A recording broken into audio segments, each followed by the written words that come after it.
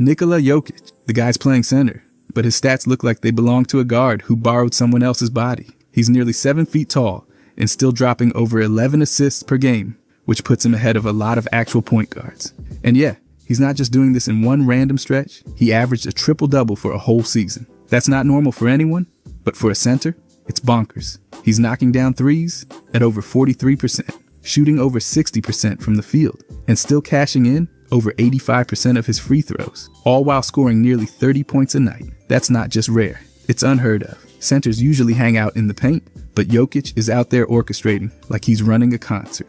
And let's talk about his passing. He reads defenses like a novel, flipping passes behind his head, across the court, through defenders, and sometimes without even looking. Denver's offense literally runs through him like he's the quarterback in sneakers. He leads the team in assists, rebounds, and often points. On the boards, he's grabbing over 12 a game and starting fast breaks himself. Even his defense is all brain. He uses positioning and timing instead of athleticism, and it works. Somehow, it really works. Wemby, his whole existence messes with what basketball rules are supposed to be. 7 feet, 3.5 inches tall, not in sneakers. And his wingspan measures around 8 feet.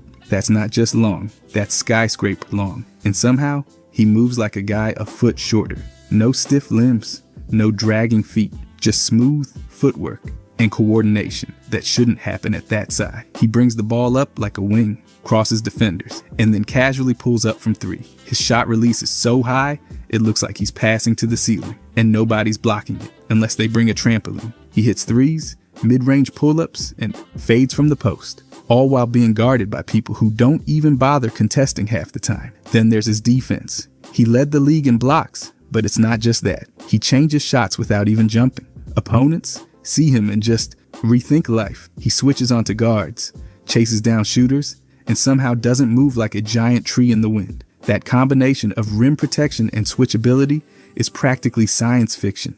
Add in triple doubles with blocks, 5x5s, high assist flash, and nightly stats that bend traditional box scores, and it's clear. This guy's skill set didn't evolve from past players. It broke the mold entirely. Giannis. He's 6 feet 11 inches tall, weighs around 243 pounds, and has a 7'3" wingspan. That's big man size with breakaway speed and enough flexibility to guard every position on the court. No exaggeration, he switched onto point guards and held his own. Defensively, he's won awards for a reason. In transition, he covers ground like a freight train. He can cross half court in one stride and dunk 2 dribbles later. That combination of speed and control at that size doesn't show up often.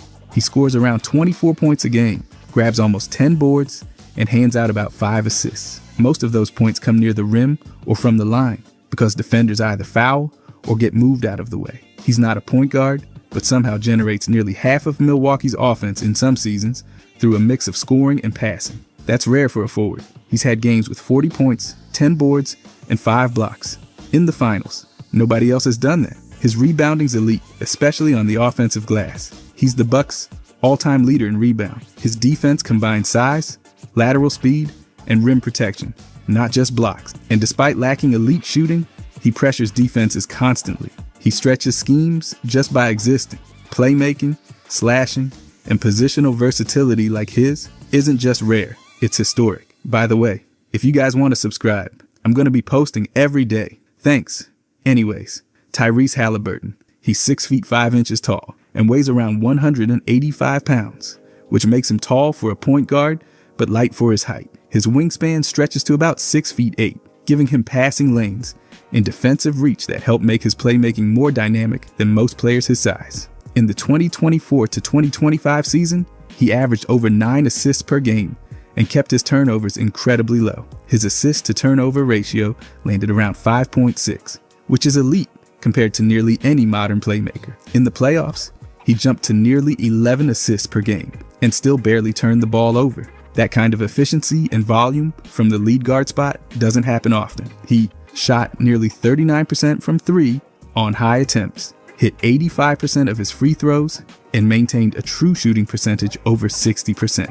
That's rare for someone who handles the ball that much, especially with his awkward shooting form. It doesn't look like it should work, but it does. Even though his defensive rating was around 115, he still averaged over a steal per game. That mix of high activity and low defensive efficiency is odd. He also boosted his play in the postseason, adding rebounds and clutch shot making. Add in the historical assist efficiency, and now the Achilles injury that paused everything. And it's a strange, high-level profile with a weird trajectory. Jalen Brunson. There's nothing normal about how he gets it done. He's not fast. He doesn't jump high, and his size doesn't scare anybody. But the guy still puts up elite numbers, like it makes sense. That's what makes his whole approach weird.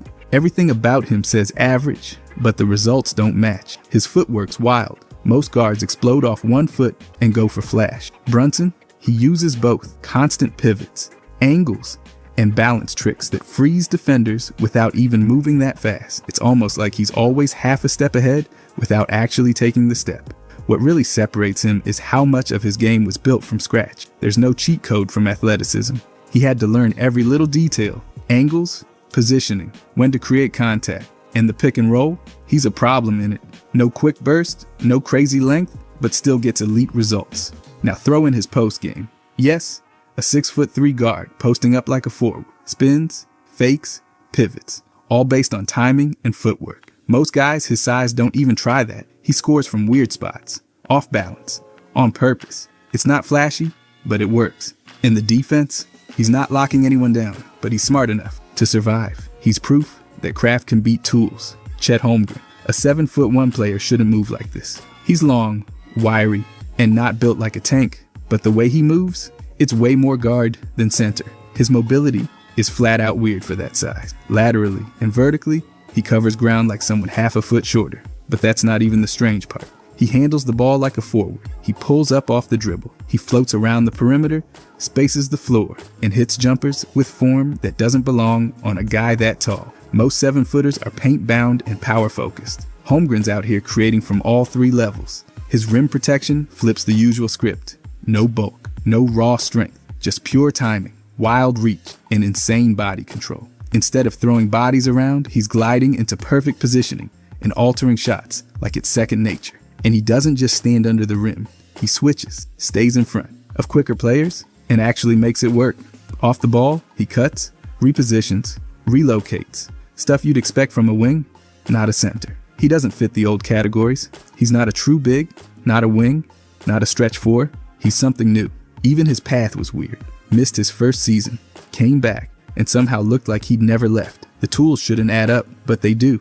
And they make no sense in the best way. Jalen Johnson, built like a forward, but plays like a guard. That combo alone throws off traditional roles. At 6'8", with a 7-foot wingspan, he brings size most playmakers don't have. Yet he can handle the ball, push tempo, and create like someone way smaller. His passing instincts aren't just good for his size, they're good, period. What makes it even weirder is how he moves. He's not built for pure speed, but his first step and bounce are explosive. Not just for his position, for anyone. He doesn't rely on basic, straight line drives either. He picks creative routes to the rim, finishes off balance or through contact, and rarely takes the same path twice. He's a strange hybrid on offense. One trip down, he's a ball handler. Next trip, he's finishing in traffic. He doesn't slot into a typical small forward or power forward role. Sometimes he's grabbing rebounds and taking it coast to coast like a point guard. It looks like chaos, but there's intention behind it. On defense, he can guard almost anyone. Bigs, guards, wings, doesn't matter. That switchability, combined with offensive creation, is extremely rare. Most players don't have the energy or skill to pull off both. His draft projection didn't predict this. What looked like raw potential turned into a role-breaking, mismatch-generating, do-everything force that defies labels. Josh Giddey, a 6'8" point guard, already breaks the rules, but he does more than just stand out. He shatters the blueprint. His frame suggests forward, but he runs the offense like a lead guard. That combo alone puts him in rare territory. Historically, most primary facilitators are quicker, smaller, and perimeter-focused. Giddey's role flips that idea. He's ambidextrous with his passing and sees angles like few others. Instead of scoring first, he initiates from anywhere on the floor, over defenders, in motion, off the rebound. And those rebounds matter because he crashes the boards like a forward, then instantly starts the break. Most players his size either rebound or initiate. He does both. He's also made history. Youngest player ever with a triple-double. One of the few rookies since 1961 to get 3 in a row. He hit 1,000 points, 700 rebounds, and 500 assists in his first 100 games. A list shared with a very short group of all-around talents. What makes him weirder is his blend of vision and scoring development. Always pass first, but now he's a threat from deep too. Defenders have to respect the shot and the drive, which changes everything. And while his defense isn't elite, he's active, instinctive, and tough on the glass. He's not a pure guard or a big, he's a tempo setter, a rebounder, a passer, a scoring threat, all wrapped in a non-traditional, uniquely effective package. Amen Thompson, built like a wing, but runs the show like a guard. At 6'7", he's got the frame of a forward, but he's out there handling the ball, setting tempo, and leading the offense. That already throws off expectations. Most players his size work off the ball. Amen starts with it. His athleticism takes it up a notch, long strides, wild burst, and vertical explosion that's closer to track and field than half-court basketball. He covers more ground than most guards and finishes above the rim with ease. But he doesn't just jump high, he gets there fast. Transition plays turn into easy buckets because nobody keeps up. The weird part? He's a playmaker first, doesn't hunt isolation buckets, doesn't dominate with pull-up shooting. He breaks defenses, then finds teammates, all while being listed as a small forward. His handle throws defenders off with unpredictable rhythm, and he sees the floor like a point guard. Defensively, he guards everybody. Guards, wings, even some bigs and switches. He earned all defensive first team in year 2. That doesn't happen unless you're seriously disrupting things. And he does it without needing elite strength, just reaction speed and positioning. He came through overtime elite, not the usual college route.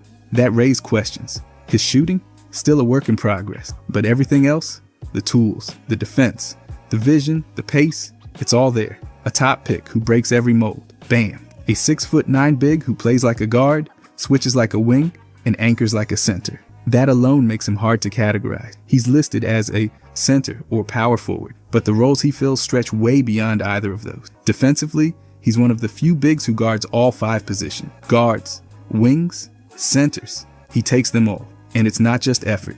It's lateral quickness, strength, and elite timing. He's been named to the all-defensive team multiple times, and coaches trust him to isolate against anyone. Not many centers are the go-to ISO stoppers. On offense, he's just as strange. He rebounds, then brings the ball up like a secondary point guard. His high post passing is elite, and he finds cutters like a true facilitator. He's even notched multiple triple-doubles with assists, not just points and rebounds. Most bigs don't even get the chance, and his game keeps evolving. He started stretching the floor, taking more outside shots than ever. It's not just growth, it's transformation. He came in as a post big and turned into a ball handling, playmaking, do everything modern centerpiece. He's also a schematic anchor. Coaches build switch-heavy systems around him because he doesn't need help. That kind of flexibility is nearly impossible to find in one player, let alone a big. Bam's just built different. Alperen Sengun, a 6'11" big who passes like a guard, scores like a throwback center, and moves through an offense like a high IQ point forward. That blend makes no sense on paper, and that's exactly why his game feels so weird. Most bigs catch and finish. Sengun catches, fakes, reads the floor, and delivers dimes from the post or elbow like he's playing a different game. He's already hit assist, marks no center his age has touched. Thousands of points, rebounds, and assists, and still in his early 20s. It's not just volume either. He's doing it through post spins, soft floaters, fake handoffs, and behind the back bounce passes. Nothing looks scripted, but it's all controlled. Defensively, he doesn't fit the usual profile. He's not a vertical rim protector, and he's not built to switch on quick guards, but he reads the floor, uses timing, and finds ways to disrupt without relying on elite athletic tools. That's not normal for a center expected to anchor a defense. Even his path was strange. Drafted 16th, despite dominating overseas with passing and feel. Now he's an all-star, and while his shooting isn't elite, it's expanding, giving him even more tools to work with. He's not a post-up bruiser. He's not a stretch 5. He's something in between, and that in-between space is exactly what makes him so hard to define. LaMelo Ball, standing 6'7" with a nearly 6'10" wingspan. He's built more like a wing than a typical point guard, but he's running the show, initiating offense, controlling tempo, and bending defenses without ever looking rushed. His size, paired with true lead guard duties, already breaks the mold. Add in a professional path through Lithuania, the JBA, and the NBL, and it gets even stranger. His passing is where things go sideways, in a good way. He hits cutters with live dribble feeds, throws full court lasers in stride, and drops behind the back dimes in traffic. His vision is rare, and the way he executes it, unorthodox. The deliveries, the timing, the angles, they don't follow the playbook. His shooting doesn't follow the rules either. Off balance, odd footwork, funky releases, and yet defenders can't ignore him beyond the arc. He creates space and drains deep threes with mechanics that look nothing like textbook. On offense, he pushes tempo, finds mismatches, and keeps the defense spinning. He's not just calling plays, he's creating the pace. His decisions shift spacing and offensive rhythm even when he's not scoring. But with all the creativity comes volatility. His turnover rates are high. His defense is hit or miss. Still, the mix of height, vision, touch, and pace control makes him one of the most unusual lead guards in today's game. There's no simple label that fits. Draymond Green, a 6'6" forward who plays center, guards point guards, initiates offense, and doesn't score much. Just that sentence breaks about 5 NBA molds. He's undersized for almost every role he fills, but somehow still anchors championship-level systems on both ends. Since 2014, he's been Golden State's small ball center, out-muscling bigs and outsmarting guards. Defensively, he switches across 5 positions, not with freakish verticals, but with anticipation, communication, and pure basketball IQ. He's won Defensive Player of the Year and made the all-defensive team 9 times. He reads plays like a chess master, jumping passing lanes, contesting shots, and calling out switches before they happen. Offensively, he's not a scorer. He's a passer, a big initiating fast breaks, setting up shooters, and running half-court offense. Averages assists at a rate most guards would take. He finds teammates in motion and creates offense without being the one putting up shots. He's also posted triple-doubles without hitting double digits in points, a statistical anomaly that somehow keeps happening. In 2025, he even won the Hustle Award, a stat category built to track the kind of effort that doesn't show up in the box score. His game forces coaches to rethink positions, guarding fives, setting screens, leading breaks, hitting threes just enough to stretch the floor. Draymond blends jobs, usually split between 3 players, and that weirdness is exactly what made him essential.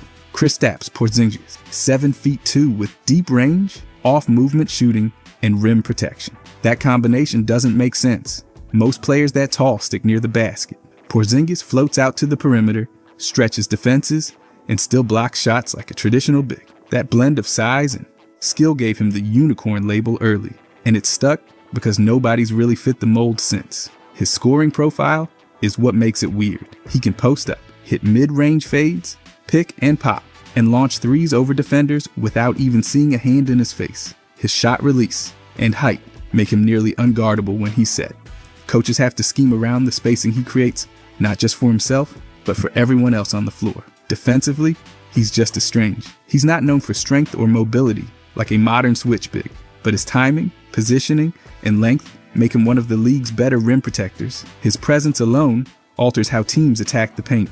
Even as a rookie, he put up stats nobody at his size had touched: scoring, rebounding, blocking shots, and knocking down threes. He's been an all-star and won a championship, all while redefining how a big can be used. He doesn't fit the past, but he keeps shaping the future. Colin Sexton, 6'3", aggressive, and built more like a sprinter than a traditional point guard, but he doesn't operate like one. His game is all drive, literally. He's not a finesse shooter or a methodical floor general. He attacks, slams into traffic, and finishes with power most guards his size avoid. That strength, paired with a 6'6" wingspan, makes his downhill game feel a lot bigger than his height suggests. What makes him weird is how often he seeks contact. He draws fouls like a slasher, but he's not a wing. He shoots from all 3 levels, but his rhythm leans toward contested drives and physical mid-range pull-ups, not clean spot-ups or easy catch and shoots. He runs the offense, but he's not really a playmaker in the traditional sense. His assist numbers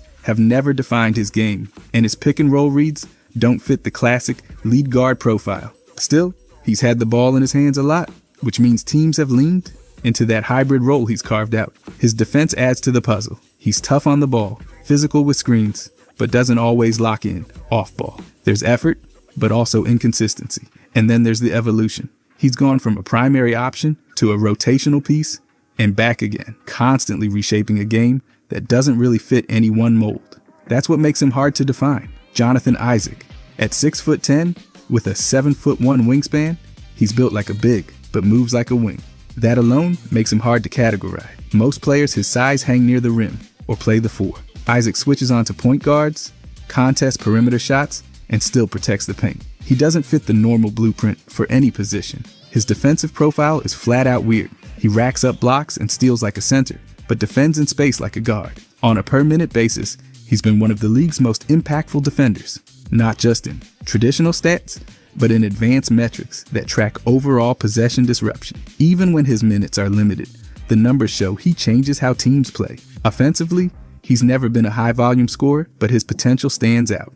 In college, he hit threes at a solid rate, attacked close out, and flashed ball-handling moves most bigs don't touch. Scouts saw guard-like creation in a near 7-footer, which is exactly the kind of archetype that doesn't have a historical lane. He missed time with injuries, which slowed his development. But when he plays, the floor tilts. His frame, movement, and versatility create a defensive anchor without needing a traditional center. He's not just a forward. He's a switchable, long-limbed, rim-protecting wing who defends everywhere and doesn't look like anyone else doing it. Dyson Daniels, a 6'7" guard with a 7-foot wingspan, guarding point guards, full court, and wings in the half court, all while running offense. That alone makes his profile weird. But then he leads the entire NBA in steals per game, deflections, and total defensive disruptions, something usually reserved for elite veteran defenders or rim protectors. And he did it at age 21. He's not just long, he's smart. He reads passing lanes, times digs, rotates early, and pressures without fouling. Last year, he became the youngest player ever to record 200 steals in a season, breaking a record held by Magic Johnson. Offensively, he doesn't blow by defenders or explode at the rim. Instead, he relies on craft, footwork, angles, timing. His scoring comes through counters, not power. His playmaking comes from vision and control, not downhill burst. What makes it strange is the mix. His defensive ceiling is all NBA level. His offensive rhythm is controlled and technical, but his shooting is still shaky. He doesn't space the floor like most wings. He initiates, passes, defends, but doesn't stretch. And despite all this, he won Most Improved Player and joined a short list of players in league history, Magic, MJ, and a few others, to average strong numbers across points, boards, assists, and steals. Daniels doesn't fit the 3 and D mold. He doesn't fit the pure point guard mold either. He's a big, defensive disruptor who runs offense, but can't yet shoot from deep. That's not just rare, it's uncharted. Jordan Clarkson, a second-round pick who became a primary scorer, a bench player with starter-level volume, a guard who thrives on self-created offense, but has played most of his career off the bench. That's a non-traditional path and a non-traditional skill set. At 6'5", Clarkson brings a combo guard frame, but he's not a pure point guard, and he's not a spot-up shooter. His game is built on creating shots off the dribble, pull-ups, mid-range leaners, contested threes, and aggressive drives. That's a scoring style more common among starters, with usage built around them. Yet Clarkson's impact comes mostly off the bench. He won 6th Man of the Year in 2021 and carved out a long career as a microwave scorer, someone who comes in cold and heats up fast. That kind of scoring identity is rare to sustain across teams and systems, but Clarkson's done it with the Lakers, Cavs, Jazz, and now the Knicks. His journey is just as unusual. Drafted 46th overall, he made the all-rookie first team, an uncommon feat for a second-rounder. He's also one of the most prominent Filipino-American players in NBA history, representing the Philippines internationally and making history alongside Jeremy Lin in the league's first Asian American starting backcourt. Clarkson's game defies neat labels. He doesn't fit the mold of a traditional 6th man, and he doesn't rely on others to score. He's a self-creating scorer, a cultural milestone maker, and a long-term NBA contributor, built outside the blueprint, Jordan Poole. His skill set's a strange blend of deep-range shooting and slashing that throws him way outside the usual guard mold. He's not just a spot-up sniper or a pure isolation guy. He's both and neither at the same time. He'll launch from way beyond the arc off the dribble. Then next possession, he's knifing into the paint like a rim-hunting wing. That kind of shot mix just doesn't line up with traditional guard labels. What makes it even weirder is how he operates without a locked-in role. 1 minute, he's the spark plug off the bench. The next, he's the lead scoring option. He shifts between playmaker and bucket getter like he's flipping a coin. Not many guards bounce from 6-man on a title team to primary scorer without totally changing who they are. His usage rate jumps around, and so does his efficiency, which makes the whole thing even harder to pin down. Playmaking's real too. but not in the classic point guard way. His passing shows up bursts, off pick and rolls or broken plays, not as a constant. He'll hit teammates in rhythm, but it's not the foundation of his game. Add in a fearless pull-up game, reworked mechanics, and body control that's tightened year by year, and it's clear his weirdness isn't by accident, it's by evolution. Igor Dima, a 6'8" point guard with real playmaking instincts, is already odd, but Damon's entire path and style turn the whole thing inside out. Most tall guards lean toward forward duties, but Damon's been threading passes like a floor general while spacing the floor like a wing. He's not explosive off the dribble, yet still manages to create with timing and angles instead of pure speed.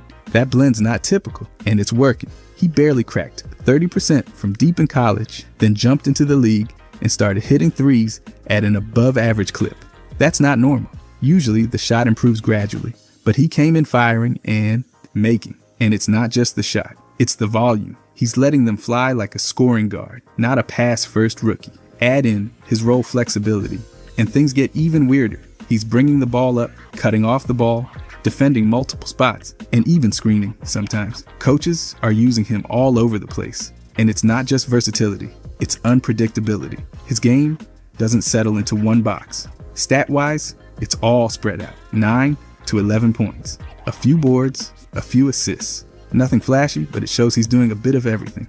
It's not just about scoring, it's about impact in places most rookies never touch. That's what makes his skill set weird. Toumani Camara. He's officially listed as a power forward, but the way he moves, defends, and spaces the floor looks more like a wing who wandered into the wrong depth chart. He's 6'7" and 230 pounds, yet he defends like a guard, switching onto ball handling, and even holding his own against centers in small lineups. His wingspan lets him clog passing lanes, while his foot speed keeps up with quicker guards. That kind of defensive profile is already strange for his size, but then there's the offense. He came into college as a shaky shooter, barely hitting from deep, but he turned that around and kept improving. Now he's knocking down corner threes in the NBA and stretching the floor in ways that weren't even in the scouting reports. He's not a shot creator, but he moves without the ball, makes sharp cuts, and rebounds like a much bigger player. That combination doesn't fit neatly into any one offensive role, and even weirder, he went from a second-round pick to earning an $82 million contract. He's drawing offensive fouls at a pace that challenges league records and made the all-defensive second team as a rookie. Camara doesn't just play a role, he blurs them. A late pick who defends like a guard, rebounds like a big, and shoots like a wing? That's not normal. That's weird. Nikola Jovic, he's 6'10" with the skill set of a guard, and that alone bends the rules of NBA roles. Most players his size are finishers or post scorers, but Jovic plays like a connector, someone who moves the ball, spaces the floor, and reads the game like a wing. He's not just tall, he's a tall guy doing small guy stuff, which is where it gets weird. The ball handling, the playmaking, the perimeter shooting, it all stacks up into a blend that doesn't belong to any one position. He came out of the Adriatic League, already shooting over 40% from three, and that touch followed him. The Miami Heat use him as both a spacer and a ball mover, which isn't a common combo for players near 7 feet tall. He can grab the ball, push in transition, hit a trailer, or pull up. In the half court, he'll operate off the catch, then swing the ball or attack a closeout. That's not power forward stuff. That's role fluidity. His stat line tells the same story. 10 points, nearly 4 boards, almost 3 assists. Not flashy, but balanced. And the team clearly believes in it. They gave him over $62 million on an extension. That kind of investment in a player who doesn't fit the mold shows how unique his game really is. Jovic doesn't just challenge positional labels, he ignores them. Jose Alvarado, he wasn't even drafted, yet now he's one of the most recognizable defensive pests in the league. That path alone is rare, especially for a 6-foot guard who's supposed to be too small for NBA defense. He came in on a 2-way deal and forced his way into the rotation with hustle, instincts, and plays that totally ignore the usual size rules for point guards. His nickname, Grand Theft Alvarado, isn't a joke. He's literally made a skill out of sneaking behind ball handlers and picking their pockets mid-possession. His defensive impact isn't just hype either. He's consistently drawing charges, jumping lanes, and turning basic plays into chaos. That's not normal, small guard stuff. And somehow, while flying around creating turnovers, he also rarely turns it over himself. His assist-to-turnover ratio is one of the best for his role. He takes care of the ball while creating offense in spurts. His shot profile is another curveball. He barely touches the mid-range. It's all threes, or at the rim, like a math teacher built his shot chart. He's had games with huge scoring bursts, including 38 points, despite playing off the ball more often than not. He's not a pure point guard,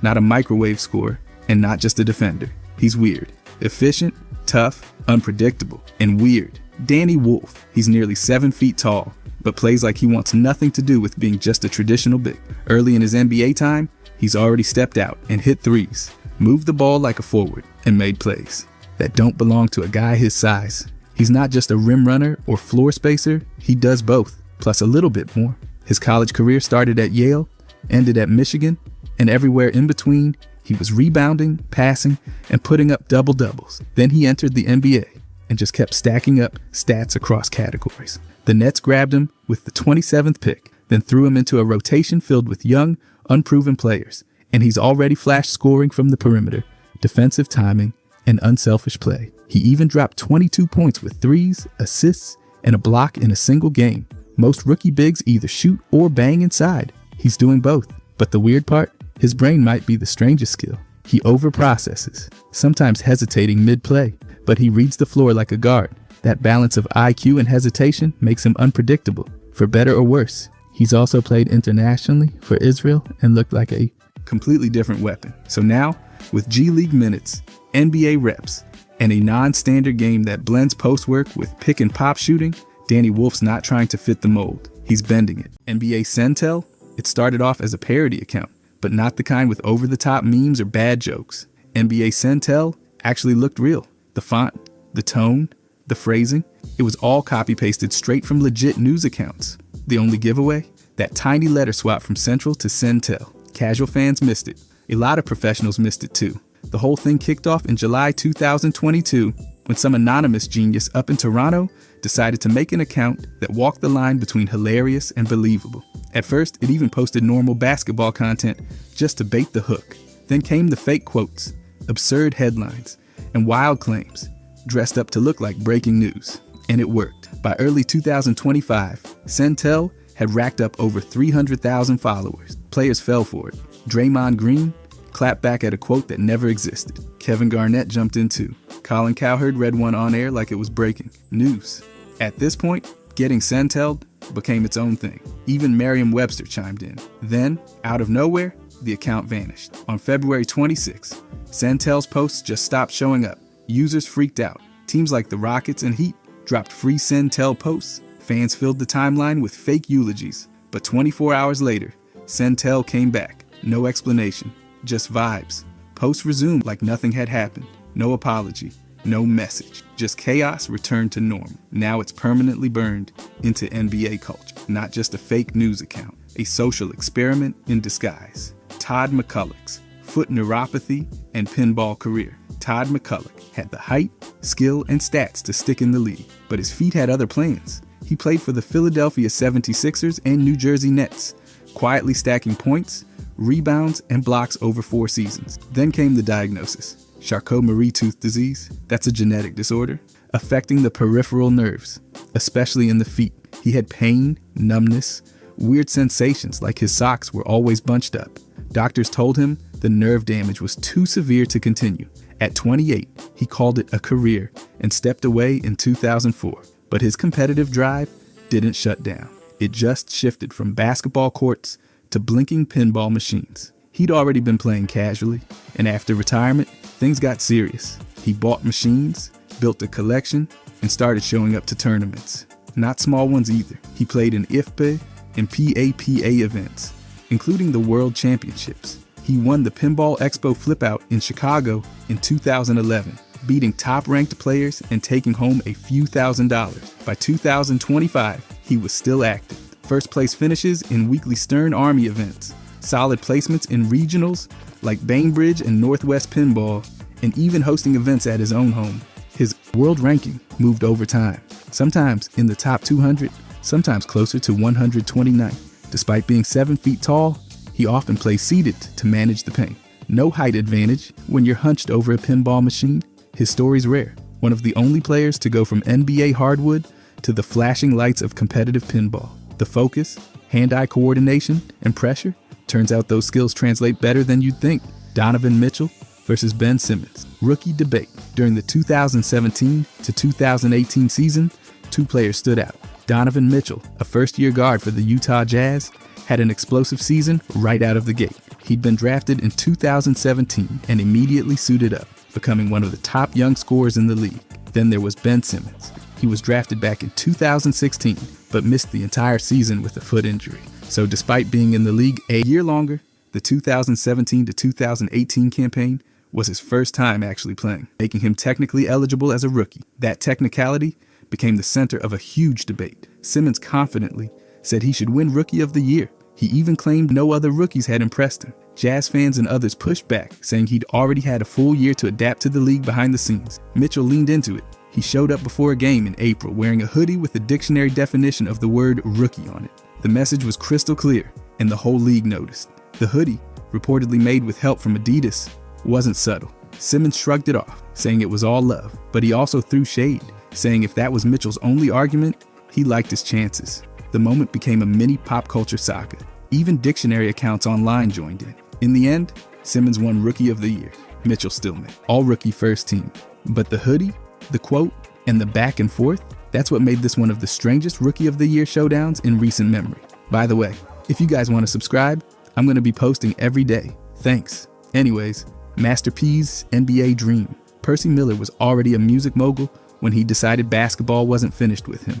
Before the fame, he'd played college ball at Houston, then Merritt College, but injuries and school issues pushed him toward music. By the late 1990s, he'd conquered that world and circled back to hoops. In 1998, he joined the Fort Wayne Fury in the CBA as a backup guard. The opportunity came from a tryout request, not hype. Coaches called him, coachable and committed, but not NBA ready. That didn't stop him. In January 1999, he landed a short training camp deal with the Charlotte Hornets. He stayed about 10 days, played limited preseason minutes, scored 7 points, and was released before the regular season. Later that year, he caught on with the Toronto Raptors for camp. In a preseason game, he scored 8 points. Again, he was released before the season tipped off. No official NBA games ever followed, just exhibitions and camps. He kept chasing runs elsewhere. In late 1999, he signed with the San Diego Stingrays in the International Basketball League. The stint didn't last long. In 2004, he played in the ABA with Las Vegas and Long Beach. Even after that, basketball stayed close. In 2008, he dropped 17 points in the NBA All-Star Celebrity Game. Later, he shifted to development, running an AAU program that won multiple national titles and coached future NBA players. In February 2025, he took over basketball operations at the University of New Orleans to guide the program. Wemby's Shaolin Temple training. In the summer of 2025, Wemby didn't just rest or rehab. He flew to Zhengzhou, China, and checked into a Shaolin temple. Yes, a literal monastery. The stay lasted about 10 days and was confirmed by the NBA's China office. Wemby said the goal was to push his body into unfamiliar territory. Instead of weights or cardio drills, he was out there doing kung fu routines, stretching like a monk and meditating with Buddhist practitioners. Every day was packed with new kinds of motion, deep breathing, and physical stress his body wasn't used to.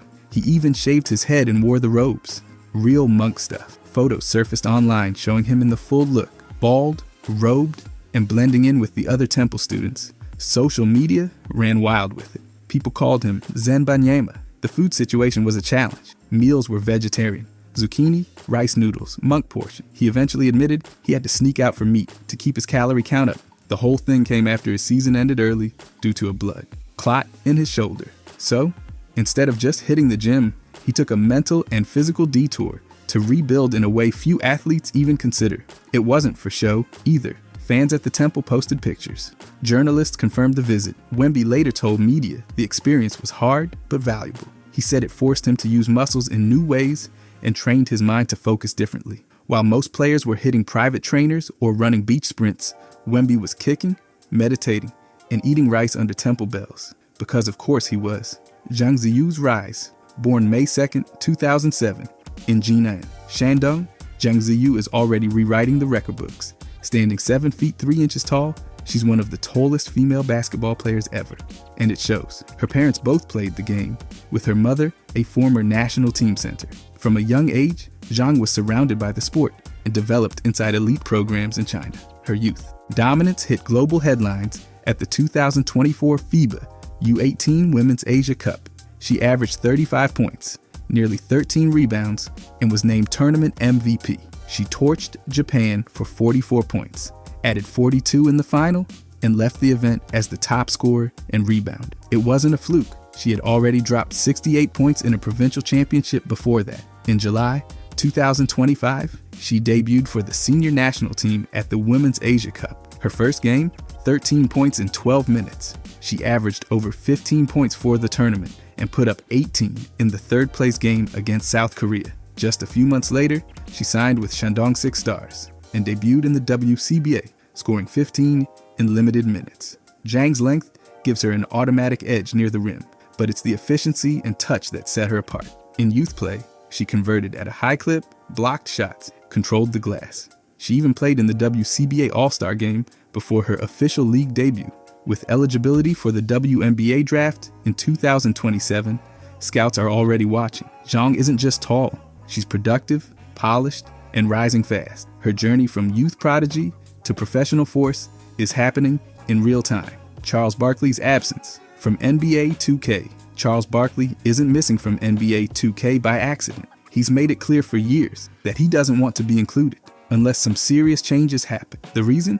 He believes the game's profits should benefit retired players who helped build the league but didn't make the money stars do today. He's been vocal since at least 2016. His stance hasn't changed. Barkley says NBA 2K pulls in hundreds of millions each year, yet very little of that goes to the older guys who didn't earn big contracts. He's asked the company to contribute about $1 million annually, not to him, but to help retired players through the National Basketball Retired Players Association. He said plainly, if 2K makes that donation, they can use his name, likeness, stats, all of it.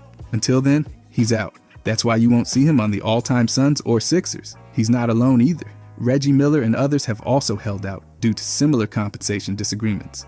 NBA 2K does have active players through deals with the Players Association. Retired players, though, need separate agreements. In Barkley's case, the publisher hasn't agreed to his terms, so it's not a legal issue, it's a personal one, based on principle. Other legends took the deal. Barkley didn't. He's not asking for cash. He's asking for fairness. He thinks the game's legacy content should give back to the very people who made the league what it is. That's why after all these years, one of the biggest stars in NBA history still isn't in. Phil Jackson nearly brought Pippen to the Lakers. When Phil Jackson took over the Lakers in 1999, one of his first major ideas was reuniting with Scottie Pippen. The two had just dominated the decade in Chicago, and Jackson saw Pippen as a perfect third piece, alongside Shaq and Kobe Bryant. But the move didn't happen, and the reason was money. Pippen was under contract with the Houston Rockets, locked into a 5-year deal worth about $67 million. That meant a salary of over $11 million per season. Lakers owner Jerry Buss shut the idea down fast. Buss made it clear that bringing in Pippen under that contract would strangle the team's ability to make future moves. With major cap hits already tied to Shaq and Kobe, adding another long-term, expensive deal would leave no flexibility. He publicly said that signing Pippen would make it impossible to ever improve this team.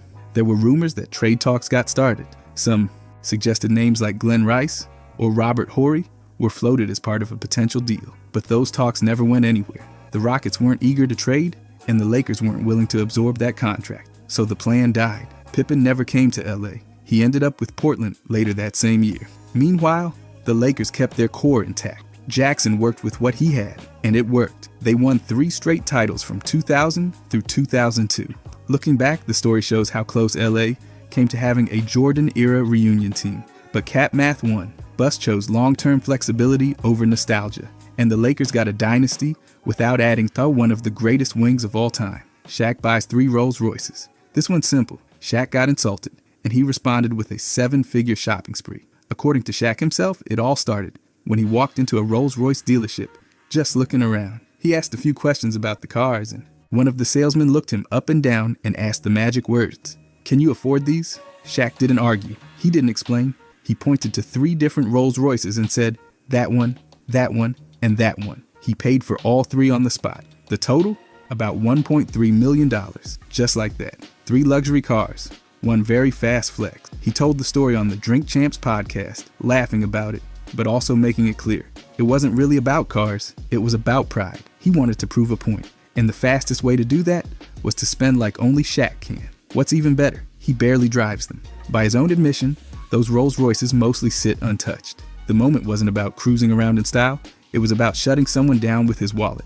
This fits right into the pattern. Shaq's shared other stories about wild spending, especially earlier in his career. Multi-$1,000 shopping trips, big purchases without a second thought. It's part of the legend. The internet had its fun with the story, of course. Some called it iconic, others called it ridiculous. But for Shaq, it wasn't about practicality.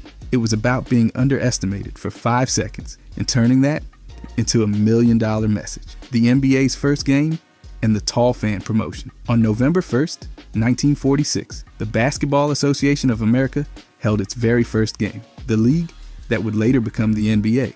It happened at Maple Leaf Gardens in Toronto, and the matchup was between the Toronto Huskies and the New York Knickerbockers. But the game itself wasn't the only thing grabbing attention. To pull fans into the building, the Huskies ran a very specific and hilarious promotion. If you were taller than their tallest player, George Nostrand, you got in free. Nostrand stood 6 feet, 8 inches, which at the time was enormous. The rule was simple. Taller than Nostrand, no ticket required. It was promoted in newspapers across Toronto the day before the game. Nostrand played forward and center for the Huskies, and that night he scored 16 points, but no reports ever confirmed that anyone actually met the height requirement for free admission. So, the gimmick did its job in marketing, not in giveaways. Regular tickets ranged from 75 cents to $2.50. Still, the promotion drew a crowd of over 7,000 fans, a strong turnout for a league nobody really knew yet. The Knicks ended up winning the game 68-66. Ossie Schekman scored the league's first basket, and Toronto's Ed Sadowski led all scorers with 18.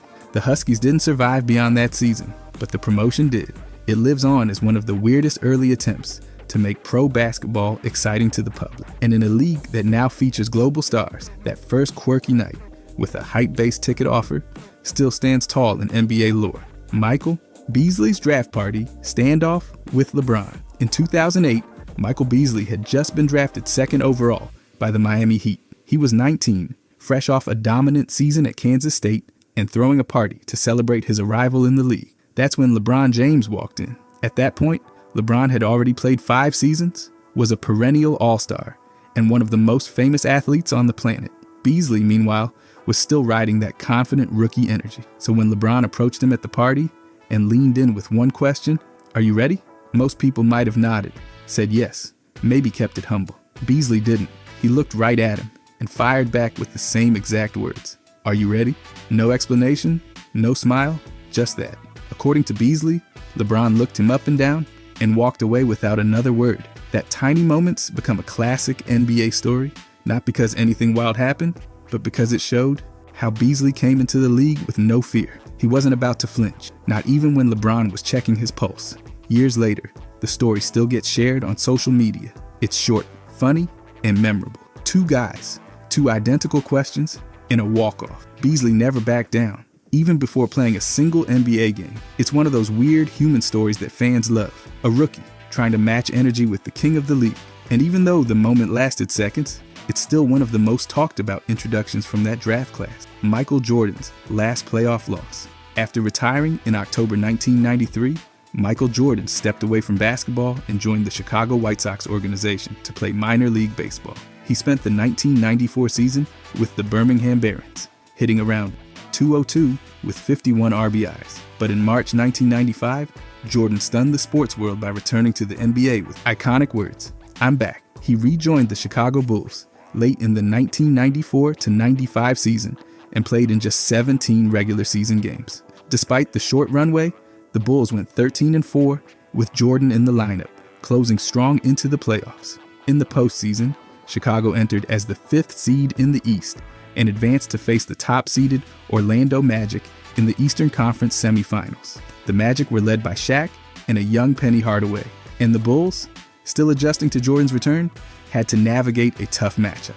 The series stretched 6 games. Orlando took it 4-2, ending with a 108-102 win on May 18, 1995. That series marked the last time Jordan ever lost a playoff series with the Bulls. Jordan still delivered in the stat sheet, averaging 31 points, 6.5 rebounds, and nearly 4 assists per game during the series. But it wasn't enough. Team around him wasn't yet in championship form, and Orlando capitalized. The very next season, the Bulls came back with a vengeance. They swept the Magic in the conference finals and won the title. But that spring, in 1995, that was the final playoff series anyone ever beat Michael Jordan in, Stephen Jackson's wild road to the NBA.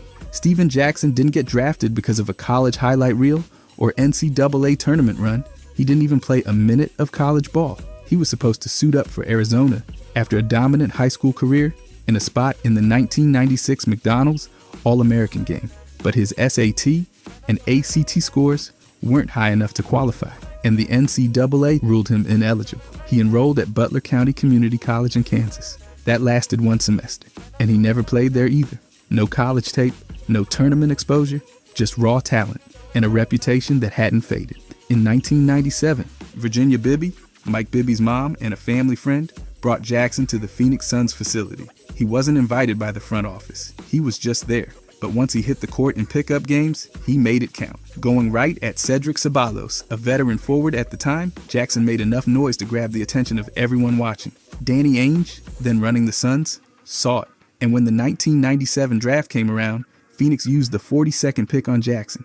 No college resume, just a few intense pickup sessions. It didn't stick right away. He was cut before the season even started. From there, Jackson went through the CBA, overseas leagues, and a long road back to the NBA.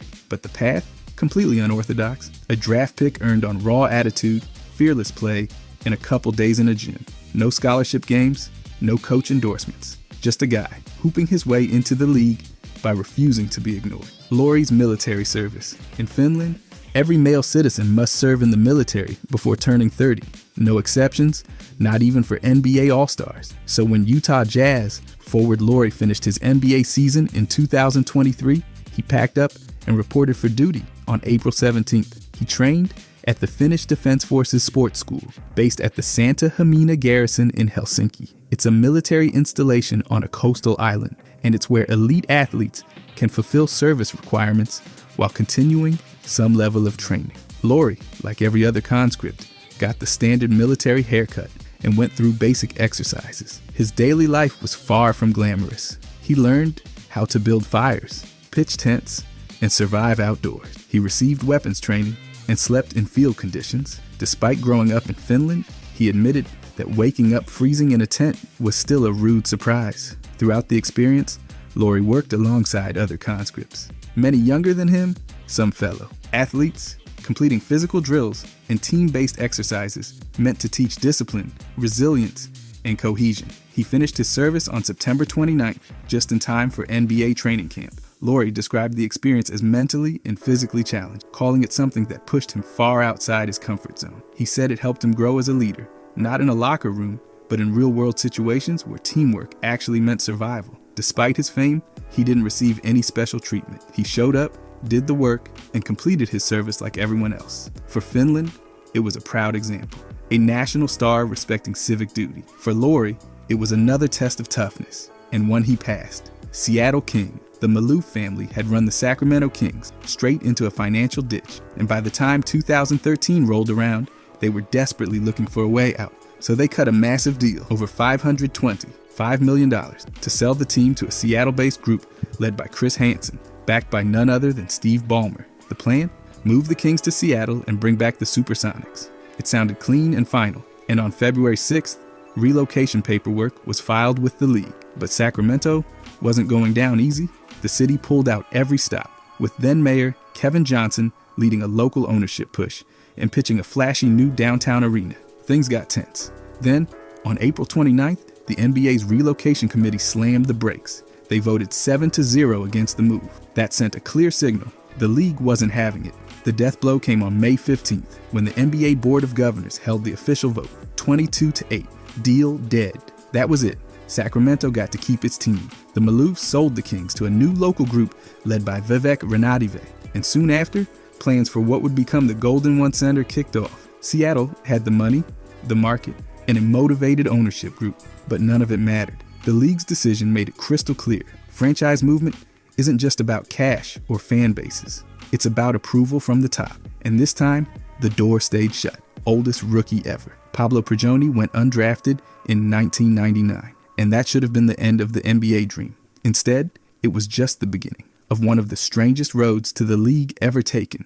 He started in Argentina, bouncing between teams like Ramallo and Obras Sanitarias, before heading to Spain in 1999 to join Fuenlabrada. Over the next 12 years, he became a staple in European basketball. At Lucentum Alicante, Baskonia, and Real Madrid, he racked up league titles, domestic cups, and a reputation as one of Europe's smartest point guard. Not flashy, but ridiculously efficient. When the New York Knicks signed him in July of 2012, it barely made a blip. Then, on November 2nd, he hit the court at 35 years and 169 days old, the oldest rookie in modern NBA history. That season, he wasn't just some novelty. He started games, ran the offense, and helped the Knicks reach the second round, their deepest playoff run in over 10 years. He wasn't there to dunk or break ankle. He just ran the game like a coach in sneakers. After 3 years with New York, he landed in Houston for a stretch, then moved to the Clippers in 2015. Nothing wild, but still sharp, always thinking 2 steps ahead.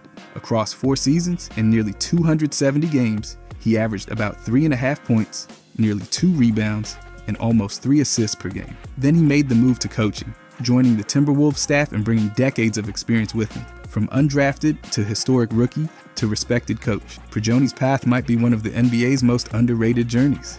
Knicks point guard, carousel. From 2009 through 2021, the New York Knicks somehow started a different point guard on opening night every single season. That's 13 straight years of musical chairs at one position. It started with Chris Duhon in 2009, then came Raymond Felton in 2010, followed by Tony Douglas, and then Felton again in 2012. That made him the only player to double dip in that era. After that, it was Pablo Prigioni, then Shane Larkin. Jose Calderon got the nod in 2015, Jerry and Grant in 2016, and then things got even messier. There were years with guys like Ramon Sessions, then Trey Burke. Alonzo Trier started in 2019, then Elfrid Payton in 2020, and finally, Kemba Walker in 2021. This revolving door of opening night starters wasn't just a weird coincidence. It showed just how unstable the Knicks were at point guard for over a decade. 13 seasons, 13 different names. Then came Jalen Brunson. When he started in 2022, it was business as usual, a new name. But when he started again in 2023, it snapped the streak. For the first time since 2009, the Knicks had a point guard start back-to-back season openers. Brunson didn't just break the streak, he brought stability. He became the face of the offense and a real foundational piece. After over a decade of inconsistency, the Knicks finally found someone they could stick with. That bizarre 13-year run, officially over. Rockets, Butler offer. Back in October of 2018, the Houston Rockets made a wild swing to land Jimmy Butler. He'd already asked out of Minnesota, and the Rockets were trying to wedge him right between James Harden and Chris Paul. Their pitch? 4 future first-round draft picks. All of them. The maximum number allowed under league rules. The deal also likely included salary pieces like Brandon Knight and Marquise Chris, just to make the math work, but the heart of it was the picks. It was a rare kind of desperation, betting everything on a star who could walk in free agency that summer. Under NBA rules, you can't send out first-rounders in back-to-back years, and they all have to fall within a 7-year window. That means the picks would have been spaced out, probably every other year, to comply with the Stepien rule. But Minnesota didn't go for it. They wanted actual players, not a distant pile of maybes. Instead of sending Butler to Houston, they dealt him to the Sixers for Robert Covington, Dario Saric, Jerry Bayless, and a second-round pick in 2022. At the time, people thought 4 picks was jaw-dropping. Since then, trades for guys like Kevin Durant and Rudy Gobert have redefined the price tag. But in 2018, Houston's offer stood out as one of the most aggressive of the era. If Minnesota had taken it, the entire Western Conference could have shifted. Instead, the Rockets stayed the course, and Butler took his drama to the East, one of those what-could-have-beens that never gets less interesting. Spurs, win record. Among all NBA players who've suited up for at least 1,000 games, only 3 finished with win percentages over 70%, and every single one of them played for the San Antonio Spurs. Manu led the pack at roughly 72.1%. Tim Duncan followed close behind at about 71.9%, and Tony Parker rounded it out near 71.1%. No one else with that kind of career longevity has matched those numbers. That stat's not just impressive, It's ridiculous. Sustaining that kind of win rate for over 1,000 games, that takes more than talent. It takes a whole franchise built to win year after year. And that's exactly what the Spurs gave them. From the late 90s through the early 2010s, San Antonio was the model of stability. That trio helped grab 4 championships together in 2003, 2005, 2007, and 2014. The system stayed consistent. The roster had continuity. And Greg Popovich was at the center of it all. Pop coached all 3 for basically their entire careers. Under him, the Spurs pulled off 22 straight winning seasons and were always in the playoff mix. That machine-like consistency propped up their stats. They rarely had to survive losing seasons or rebuilds. In today's NBA, with constant roster changes and wild parity, keeping a win rate above 70% across more than 1,000 games feels impossible. The fact that 3 players did it, and they were all Spurs, says everything about the dynasty's design. It wasn't just good players. It was a complete blueprint for winning. And those 3 executed it better than anyone. Center 6th, men, for 34 straight years. No, center won the NBA 6th Man of the Year award. The drought started after Bill Walton grabbed it in 1986 and didn't end until Montrezl Harrell claimed it in 2020. That's it, just those 2. In league history, they're the only traditional big men to ever win the award. Walton's win came as he backed up Robert Parrish for the Boston Celtics. He didn't need big minutes to make a difference. He brought passing, defense, rebounding, and just flat-out smarts. He was the perfect glue guy on one of the greatest teams ever. Then came a 34-year stretch where 6th man went to just about anyone except centers. Guards and wings took over, mostly guys who came off the bench to get buckets. Pure scoring flash. Big men, they got screens and rebounds, not trophies. Harrell finally broke that trend with the Clippers. He played as a forward-center hybrid, but in function, he was their main interior presence off the bench. He put up nearly 19 points and over 7 rebounds per game during the 2019-20 season. He brought insane energy and physicality, and he finished plays like a wrecking ball in sneakers. What makes this gap so wild is how rare it's been for centers to get that kind of recognition off the bench. 6th man has always skewed toward guards who score. Harrell and Walton were outliers. Both did it with impact, but in totally different eras and styles. 2 bigs, 34 years apart, and a trophy, usually reserved for shooters in headbands. Rodman's babysitter. Jack Haley wasn't on the court much, but his presence around Dennis Rodman made him one of the most talked about reserves in the league. He and Rodman became close friends during their time with the Spurs, and later reunited on the Bulls because of how often they were seen together and how Haley always seemed to be nearby when Rodman's antics started brewing. People started calling him the babysitter. That label stuck, mostly thanks to media exaggeration and rival players tossing shade. It wasn't an official role. No team paperwork said monitor Rodman, but it was obvious Haley had a unique influence. He was someone Rodman actually listened to, which made him valuable in ways that didn't show up in the box score. Still, Haley hated the term. He pushed back hard, saying he made the roster as a player, not as a bodyguard or emotional handler. To him, it was a friendship, not a job. He didn't want to be reduced to a punchline just because his best friend happened to be one of the most unpredictable players in league history. But perception ran wild, especially when they were on that legendary 1995-96 Bulls team. Rodman was doing Rodman things, coloring his hair, getting tossed, causing chaos, and Haley was always around. That made the jokes easy. Even after his passing in 2015, people kept pointing out the babysitter angle, but deeper.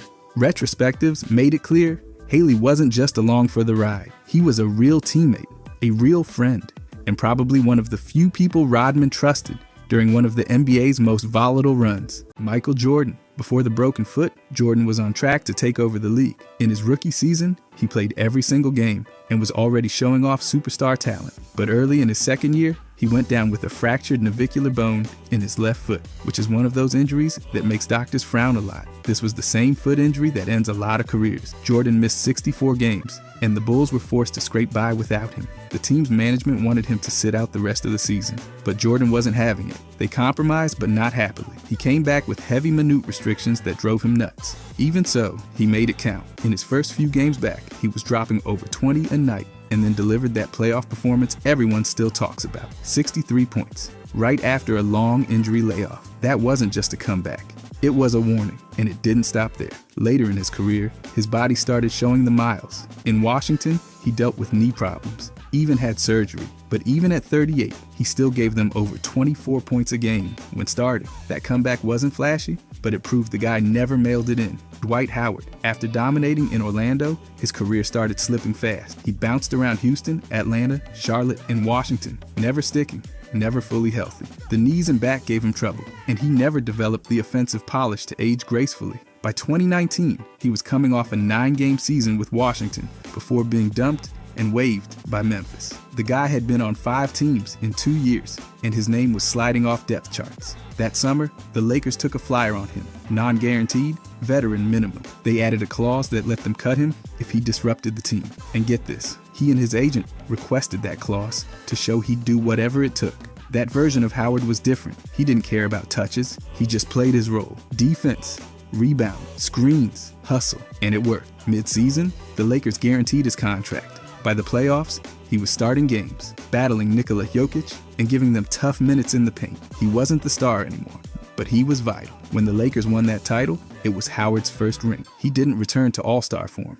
He came back from the edge and became a trusted piece on a championship roster. Jamal Crawford. Early in his career, Crawford was still raw, athletic, shifty, but not quite polished. Then came a brutal setback. Just before his second NBA season, he tore his ACL during a workout. That injury wiped out 59 games. And at that time, an ACL wasn't treated like a routine recovery. It was a real threat. He had surgery, went through painful rehab, and had to relearn the basics. Walking, shooting, trusting his leg. He sat in a chair, practicing form shots, watching others pass him by. But he didn't fold. He came back in March 2002 and started putting it together. In limited minutes, he hit double figures his first game back. And he didn't just return, he leveled up. After that, Crawford built a 20-year career. He won 6th Man of the Year 3 times, dropped over 50 points at age 39, and became a legend off the bench. His ball handling and scoring touch made him a nightmare to guard. Later injuries like calf strains tested him again, but he learned patience, even admitting he came back too soon once and paid for it. Still, he managed to stay productive into his late 30s, crafting one of the longest, flashiest second acts the league's ever seen. By the way, if you guys want to subscribe, I'm going to be posting every day. Thanks. Anyways, Magic Johnson. In 1991, Magic stunned the world by announcing he had tested positive for HIV and was retiring. He was still at the top of his game, but the diagnosis and the fear around it changed everything. Back then, HIV was misunderstood, and his departure sent shockwaves through the league. Even so, Magic didn't disappear. In 1992, he played in the All-Star game, dropped 25 points, and won MVP. But that was symbolic. Players like Karl Malone expressed concern about playing with him, and he stepped away again. Years passed. Then in 1996, Magic made his full comeback. He returned mid-season, heavier, older, and slotted into a point-forward role. In 32 games, he averaged nearly 15 points, almost 7 assists, and around 6 rebounds a night. Not bad for someone who hadn't played in over 4 years. In the playoffs, he put up over 15 a game against Houston, but the Lakers were bounced in the first round. After that, he retired for good, this time on his own terms. His comeback wasn't about chasing glory, it was about showing he could still compete, breaking stigma, and finishing the game with dignity. He didn't need a title to prove his legacy. Derrick Rose. Before the injuries, Rose was flying. He was the #1 pick, Rookie of the Year, and by 2011, the youngest MVP in league history. The guy was lightning fast, explosive, and the heart of a loaded Bulls squad. That all changed in the playoffs against Philly when he tore his ACL late in Game 1. Just like that, everything stopped. The surgery came in May, and rehab dragged through the next year. He missed the entire 2012 to 2013 season. Then, right after returning, he tore the meniscus in his other knee. Another year gone. Those injuries didn't just slow him down. They rewired his entire game. His numbers dropped. His burst wasn't the same, but he didn't quit.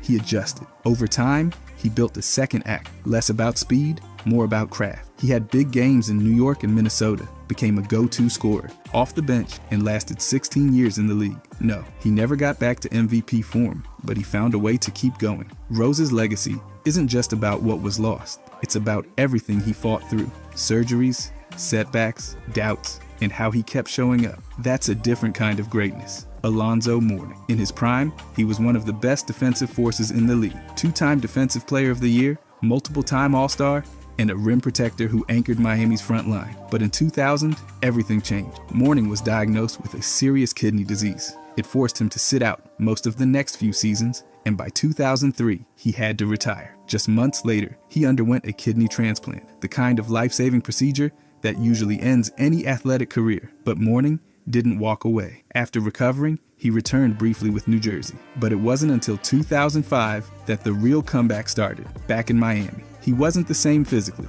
but he adapted. He came off the bench behind Shaquille O'Neal, gave them defense, blocks, and grit in limited minutes. And in 2006, it paid off. In the finals against Dallas, Mourning made a huge impact. 5 blocks in the closeout Game 6 alone. That ring was the exclamation point on his comeback. He didn't return to superstar form, but he returned with purpose. Mourning didn't just survive a transplant. He came back, found his role, and became a champion. That comeback was nothing short of historic. Shaun Livingston. At just 21, he was a tall point guard with serious upside. Drafted 4th overall, he had size, vision, and promise. But in 2007, his entire career nearly ended on one play. Going up for a routine layup, he landed awkwardly, and his left knee basically exploded. He tore the ACL, PCL, MCL, dislocated the kneecap, dislocated the knee joint, and shredded the meniscus. Doctors literally discussed amputation. He needed surgery to rebuild nearly everything. The operation used a patellar tendon graft, and the recovery took over a year.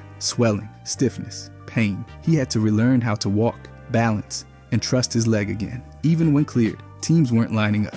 He bounced from Miami to Tulsa to Oklahoma City to Washington and beyond. Limited minutes, low expectations, nothing guaranteed. Then Golden State signed him, and that's where the comeback finally settled in. Livingston became a key rotation guy, steady off the bench, with a deadly mid-range game and dependable defense. He won 3 championships, played in 5 straight finals, and retired in 2019 after 15 seasons. He didn't just come back, he built a second career. It wasn't flashy. It was pure grit, pure professionalism, and a quiet triumph over a nightmare injury. Kevin Durant. In the 2019 finals, he ruptured his right Achilles, one of the worst injuries in basketball. It happened less than 2 minutes into the second quarter, after dropping 11 points in the first. He had already missed games with a calf issue, but this was different. An Achilles tear can mean the end. Most players never return to full form, especially in their 30s. Durant sat out the entire next season. No shortcuts, no late season attempt. He let the leg heal. He returned in December 2020 with Brooklyn and dropped 22 points in his debut. Just like that, he looked like himself again. Calm, deadly, efficient. Post-injury, the shift was subtle. He played smarter. Less burst maybe, but still lethal. Mid-range pull-ups, off-the-dribble threes, and high-level playmaking stayed intact. Over his first 130-plus games back, his shooting splits and scoring averages did not just match. They sometimes exceeded his old numbers. That is unheard of after an Achilles tear. He had to deal with load management, ankle tweaks, and public doubt, but he kept producing. He did not rush, he adapted, and most of all, he proved how you can recover from an Achilles and still dominate. Durant's comeback is not just rare, it is historic. A blueprint for what resilience looks like in the modern NBA. Baylor. By the mid-1960s, he was a walking bucket, elite scorer, top-tier rebounder, and one of the most athletic forwards the league had ever seen. Then came the 1965 playoffs. In the opening game, he went down with a serious knee injury, a chipped bone, followed by surgery that removed part of his kneecap and a tendon. That moment became a dividing line in his career. He came back the next season, but it was different. His average dropped to 16 points per game, and his explosiveness was never the same. Calcium built up in his leg muscles. His knees stiffened. He lost the lift that defined his game. He played through it, even regaining stretches of production. Over 26 points per game in seasons after, but he had to grind for everything. The athleticism was fading. The pain wasn't. In 1971, he tried again, briefly, but chronic pain shut it down after 9 games. The Lakers won the championship that year, the one he never got as a player. Still, they gave him a ring. He never made a full comeback, but even wounded, Baylor found ways to stay dangerous. His decline wasn't a fall, it was a fight. Zach LaVine. He was still carving out his place in the league when a torn ACL in 2017 hit the brakes hard. Before that, he was climbing. Dynamic drives, flashy dunks, and sky-high potential. Then came the long road back. He missed nearly an entire season rehabbing that knee. And when he finally returned in January 2018 with Chicago, the minutes were limited, the explosiveness questioned, and every drive came with concern. But LaVine didn't stay cautious. By 2019, he was dropping over 23 points per game, and he wasn't slowing down. In 2020, he jumped to 25 and kept climbing. The peak came in 2021, almost 28 points a night, elite shooting splits, and a legit top-tier scoring threat. He'd completely reshaped his game. Less about poster dunks, more about finesse, timing, and space. Then came the next round of problems. Knee soreness, surgeries, even a foot operation in 2024 that ended his season. He missed 17 straight games before returning in January. But again, he bounced back. He closed strong, put up solid numbers with Sacramento in 2025, and reminded everyone that his game had layers. Through it all, LaVine evolved. More complete, more efficient, and still dangerous. Julius Randle. His entire career has been about fighting through physical setbacks and still showing up, ready to produce. It started rough. In his very first NBA game, just 14 minutes in, he broke his leg and missed the entire rookie season. That kind of hit early on could have crushed momentum, but he bounced back, came into the next year with energy, and kept growing. It never really let up though. Randle's dealt with a carousel of injuries, ankles, feet, and then that right shoulder dislocation in January 2024. That one ended his season just as he was putting up around 24 points, almost 10 boards, and 5 assists a game. Still, after surgery, he worked his way back and returned the next year, only to strain his groin and miss more time. He came back in March 2025, scored 20 in 34 minutes, and just kept rolling. Through it all, he's had to adjust his game, trust his body again, and stay mentally locked in. With the Timberwolves now, he's not just surviving, he's helping lead playoff pushes. That new 3-year deal worth $100 million shows teams still trust him to deliver, even after the bruises and surgeries. Paul George, that leg injury in 2014 was brutal. Compound fracture, bone through skin, the whole thing. It happened during a Team USA scrimmage, and just like that, everything paused. He was supposed to miss the entire season. And yeah, most people thought, he might never play the same again. They did surgery right away, inserted a rod, and then came months of rehab.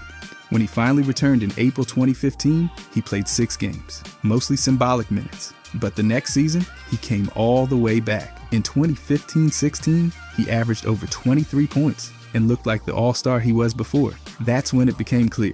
This wasn't just a feel-good moment. He was still a high-level two-way wing, but over time, the wear added up. Recurring injuries like foot soreness, elbow sprains, and that left knee surgery in July 2025 reminded everyone how fragile things still were. In his first season with Philadelphia, he played only 41 games and averaged around 16 points. He's adjusted his game, relying more on skill and spacing than raw explosion. Still, the fact that he's remained relevant after that kind of injury and after everything since makes his comeback one of the most impressive in modern basketball. Klay Thompson. By 2019, he was at the top. Deadly shooter, elite, on-ball defender, and 3-time champ. Then came Game 6 of the finals. He landed wrong after a foul, and just like that, his left knee was toast. Torn ACL, surgery followed. Everyone figured he'd miss one season, then bounce back. But the real shock came during rehab. He tore his right Achilles in November 2020. 2 devastating leg injuries, 2 years gone. He didn't return until January 2022. That's 941 days off the floor. And even though he scored 17 in his first game back, nothing about it was normal. He had to relearn movement, timing, rhythm, everything. But he pushed through. By the time the Warriors won another title that year, he was a key contributor again. Not the same exact player, but still dangerous. He even dropped 54 points in a game later. His role changed. Less defensive grinding, fewer minutes, more spacing, and shot bursts. Eventually, Golden State moved on. In 2024, he joined Dallas, but his legacy's solid. He missed over 2 full years and still came back to win another ring. That's not just a comeback. It's a full-blown transformation and reminder of what persistence really looks like. Carmelo Anthony. For over a year, he was out of the league. No contract, no team, and no real interest from front offices. After being waived by Houston just 10 games into the 2018 season, Melo disappeared from the court and reappeared on debate shows trying to explain why he still belonged. He wasn't injured, he was just unwanted. Then Portland stepped in. In November 2019, he signed a non-guaranteed deal and started right away. His first game back wasn't great, 10 points on rough shooting, but it was the beginning of something. Within weeks, his deal became guaranteed. He averaged over 15 points that season and re-signed the next year. He wasn't the same Melo, but he mattered again. He shifted his role. No longer the primary scorer, he spotted up more, cut the isolation, and focused on spacing. He even placed 7th in 6th man voting. Portland let him find rhythm in second units, and when he got hot, flashes of the old Melo came back. He admitted it was hard. He had to swallow pride and adjust, but he did. The league had changed, and so did he. From being out entirely to becoming a reliable piece again, Melo's comeback wasn't about dominance. It was about adaptation and proving he could still help a team win.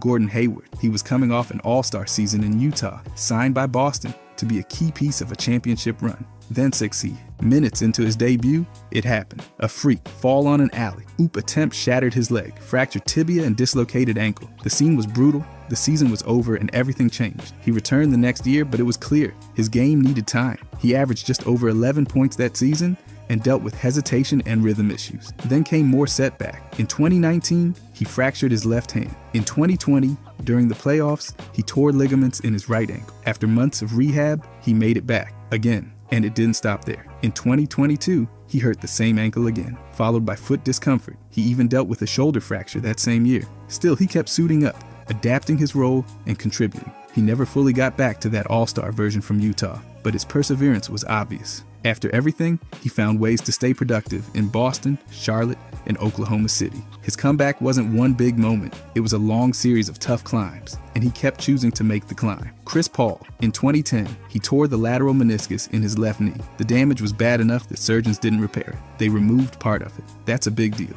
The meniscus cushions and stabilizes the knee, so taking some out can mean long-term wear and tear. But the team wanted a faster return, and Paul was back in 4 to 6 weeks. He only played 45 games that season, but he still averaged over 10 assists and 2 steals a night. That's how fast he bounced back. The concern was long-term durability. Less meniscus means more stress on the joint. Analysts worried about bone-on-bone contact or eventual arthritis. But Paul adjusted. He never lost his handle, his passing, or his IQ. His game has never been built just on athleticism, and that helped him evolve. Over time, he became more selective with his movement. Fewer reckless drives, more controlled stops, smarter angles. That torn meniscus, it didn't stop him. He played another decade at a high level, made all-star teams, and kept guiding offenses like clockwork. The injury could have derailed a lesser player, but Chris Paul used his brain, changed what he needed to, and just kept going. That knee didn't end him. Al Jefferson. In 2009, he was in the middle of a breakout year, averaging over 23 points and 10 rebounds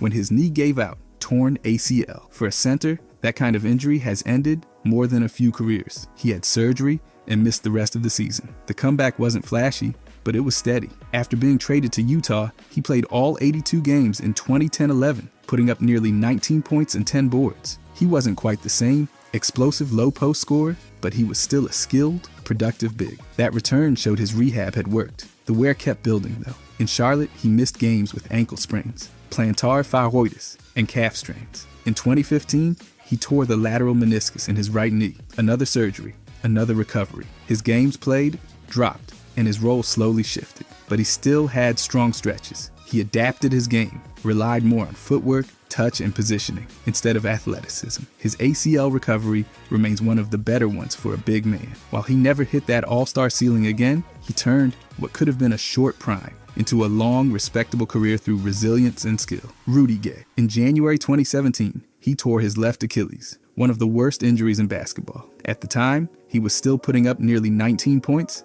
and over 6 rebounds a game. Then everything stopped. Season over, surgery followed, and most figured that was it for his prime. Achilles ruptures have ended a lot of careers, especially for wings in their 30s, but Gay didn't vanish. That summer, he signed with the Spurs. Everyone expected a slow comeback, but he surprised people by showing up to training camp ready. Early on, he played smart, efficient ball, scoring in double digits, shooting over 50%, and giving San Antonio solid bench production. His athleticism wasn't all the way back, less lift, less burst, but he adjusted. More mid-range, less ISO, more movement without the ball. He didn't force it. He said himself that he had to scale things back and focus on impact over volume. Gay's comeback wasn't about reclaiming stardom. It was about finding a way to stay in the league, stay productive, and help a team. He did exactly that, first with the Spurs, then later with Utah. For a guy whose career could have ended in that moment, Rudy Gay's return proves how adaptation keeps a career alive. Antonio McDeese. In the late 90s and early 2000s, he was a monster. 20 points, 10 boards, jumping out of the gym and finishing at the rim like it was a trampoline convention. He looked like a franchise cornerstone in Denver. Then came the knees. First, a partial patellar tendon tear in his left knee, then a fractured kneecap in that same leg the next season with New York. He played just 10 games in 21 months. The athleticism was gone. He could still play, but not like before. And here's where the real comeback started. McDeese didn't vanish, he adapted. In Detroit, he reshaped his game. He became a reliable mid-range shooter, played smart, rebounded well, and gave consistent minutes. No more highlight dunks, just solid veteran work. He was never the all-star again, but he played deep into his 30s, even helping San Antonio in his final years. He couldn't erase the injuries, but he didn't let them define the end of his story either. McDease's career proves not all comebacks are flashy. Some are about persistence, reinvention, and showing you still belong. Even if you're not flying above the rim anymore, he didn't return to form. He created a new one, Channing Frye. This one wasn't about a torn ligament or a broken bone. In 2012, doctors found an enlarged heart during a routine checkup, and just like that, Frye was shut down for the entire season. No practices, no rehab, not even full court drills. This wasn't just career-threatening, it was life-threatening. For an NBA big man known for spacing the floor and launching threes, suddenly not being allowed to break a sweat was a massive drop. But he wasn't finished. A year later, with multiple doctors signing off, some from top hospitals, he got the green light to return. He called it one of the hardest years of his life, which makes sense considering the stakes. When he came back for the 2013 to 2014 season, he wasn't a starter every night, but he picked up where he left off, knocking down shots, stretching the floor, and playing smart. His role shifted. The burst wasn't all the way back and the minutes were more selective, but the shooting touch never left. He stuck around long enough to grab a ring with Cleveland in 2016, and later became a vet leader back on that same squad. For a guy nearly sidelined for good, that's some serious persistence. Kyle Lowry. Back in 2004, right before his first college season even started, Lowry tore his left ACL. It happened in late August, and just like that, his debut got delayed before he ever suited up for Villanova. The plan was surgery in mid-September, and there was even talk of redshirting the season, but that didn't happen. He ditched the crutches quickly, walked without a limp in under 2 weeks, and by November, he was running again.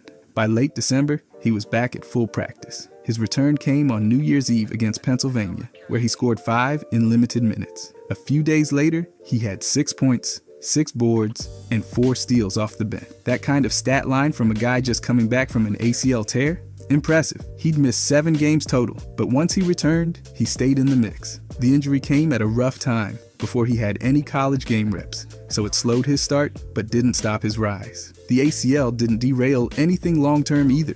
He went on to become a multiple-time All-Star and helped bring a title to Toronto. Looking back, it was a setback, but one he turned into part of his foundation. Willis Reed. Heading into the 1970 finals, Reed was the heart of the Knicks, literally and figuratively. He'd already won the league's MVP and was dominating in the postseason, but then came the torn thigh muscle in Game 5.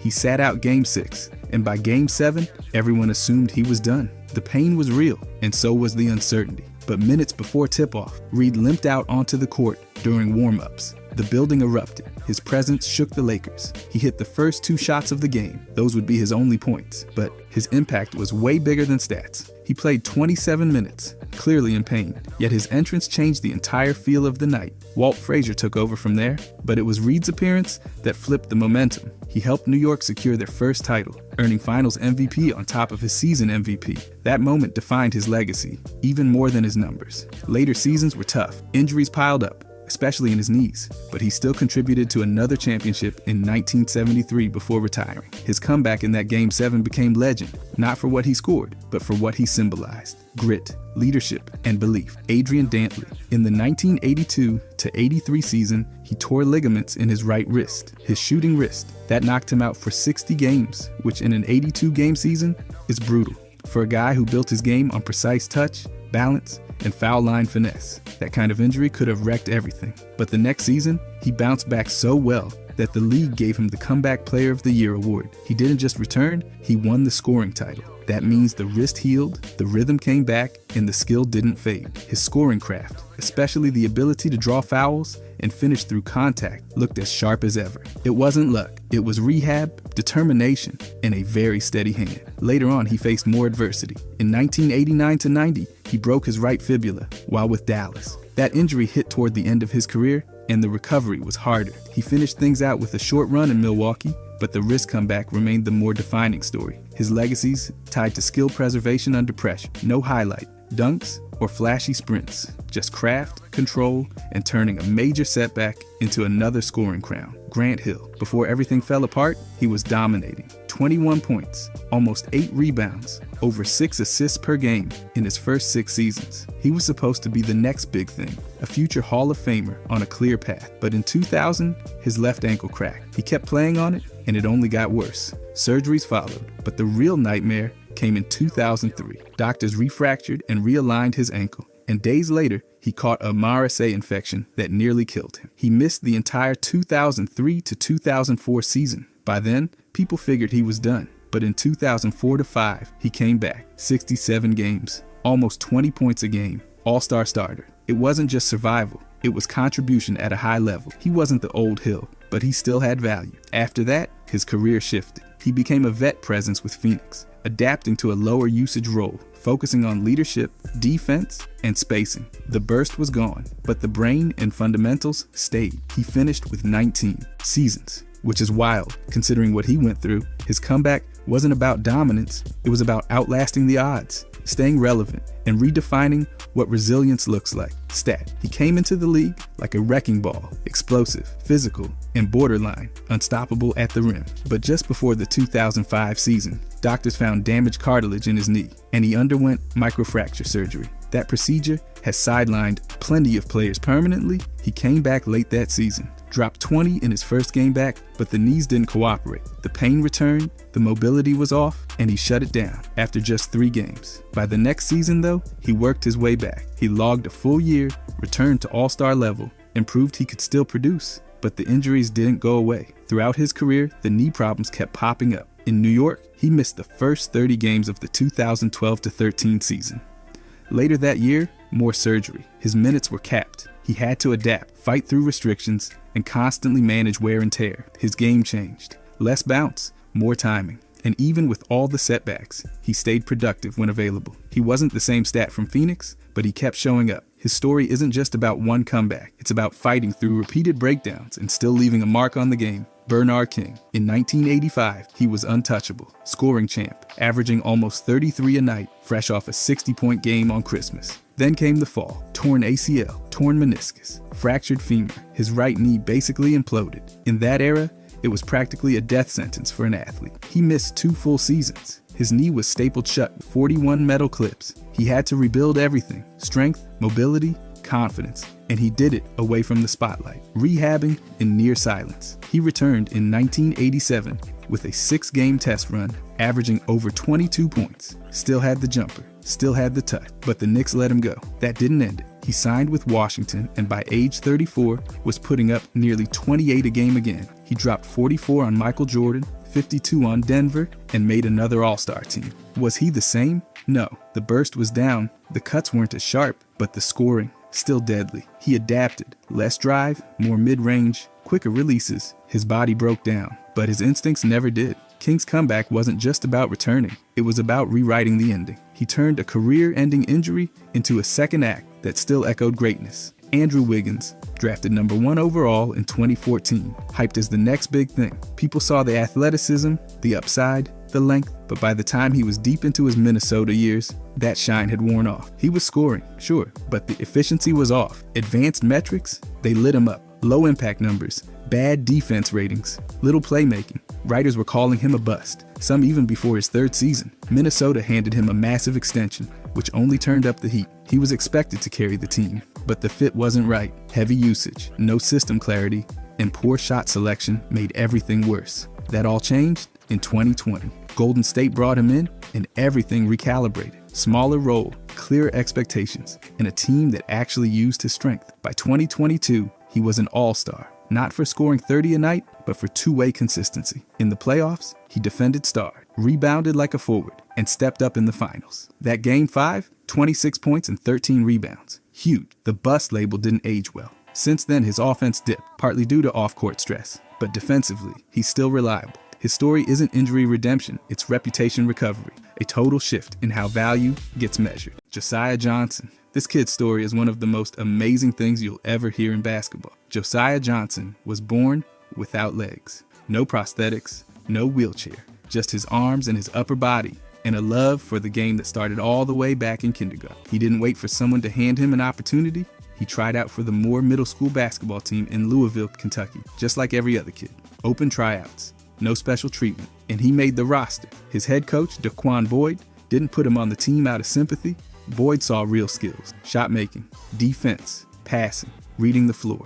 Josiah earned his spot the same way everyone else did, and it didn't stop there. He didn't just make the team. He started in a game, an actual starting lineup appearance in a real middle school game. What made it even better was how opposing teams reacted. They'd see Josiah and assume he wasn't a real threat. That assumption didn't last long. His teammates knew the truth. To them, he wasn't the kid without legs. He was just a teammate who could make plays. By 2022, when Josiah was 13 years old and in 8th grade, his story started spreading across local news and national media. Spectrum News covered it. It went viral on social media. People everywhere were watching clips of this 8th grader, competing at a real competitive level. What makes Josiah so unique isn't just the physical reality of what he's doing. It's that he did it the right way. He tried out, he competed, he contributed, he started. There's nothing ceremonial about any of it. That's just a basketball player who refused to let anything stop. Olivier Rioux. This guy isn't just tall, he's historically tall. Born on February 2nd, 2006 in Terrebonne, Quebec, Canada, Olivier Rioux is 7 feet 9 inches. That's 2 inches taller than Manute Bol and Georges Muresan, and 3 inches taller than Yao Ming. If he ever makes the NBA, he'd be the tallest player in the league history. Let that sink in. His growth timeline is almost hard to believe. At 8 years old, he was already 6 feet 1 inch. By 6th grade, he was 6 feet 11. Before 7th grade, he was over 7 feet tall. He hadn't even started middle school yet. At 15, Guinness World Records officially measured him and gave him the title of tallest living teenager on the planet. He didn't stop there either. He kept growing, all the way to 7 feet 9 inches. His family isn't exactly short either. His dad is 6 feet 8, his mom is 6 feet 2, and his older brother is 6 feet 9.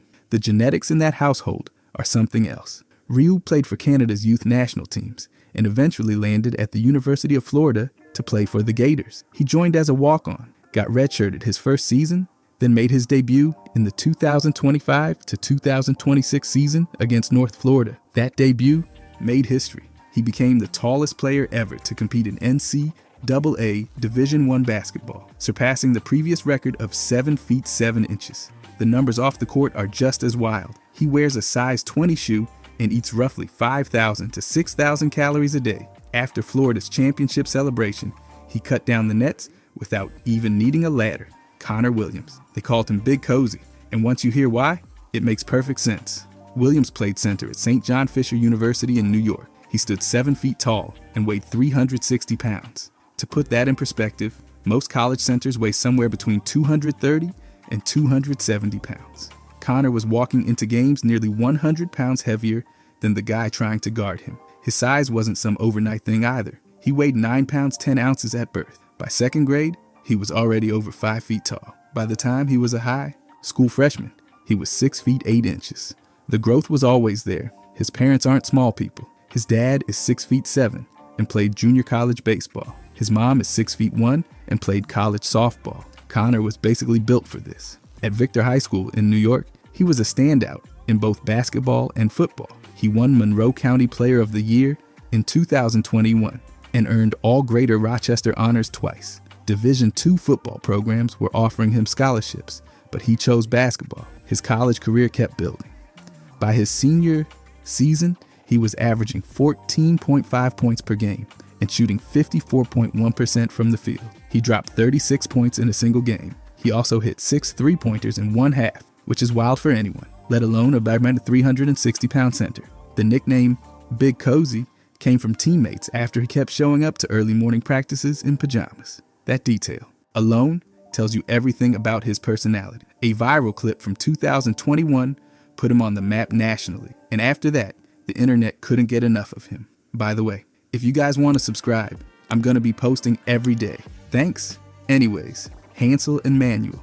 This story starts in the Dominican Republic and ends up being one of the most remarkable journeys in basketball history. Emmanuel was born on October 24th, 2003 in Santo Domingo.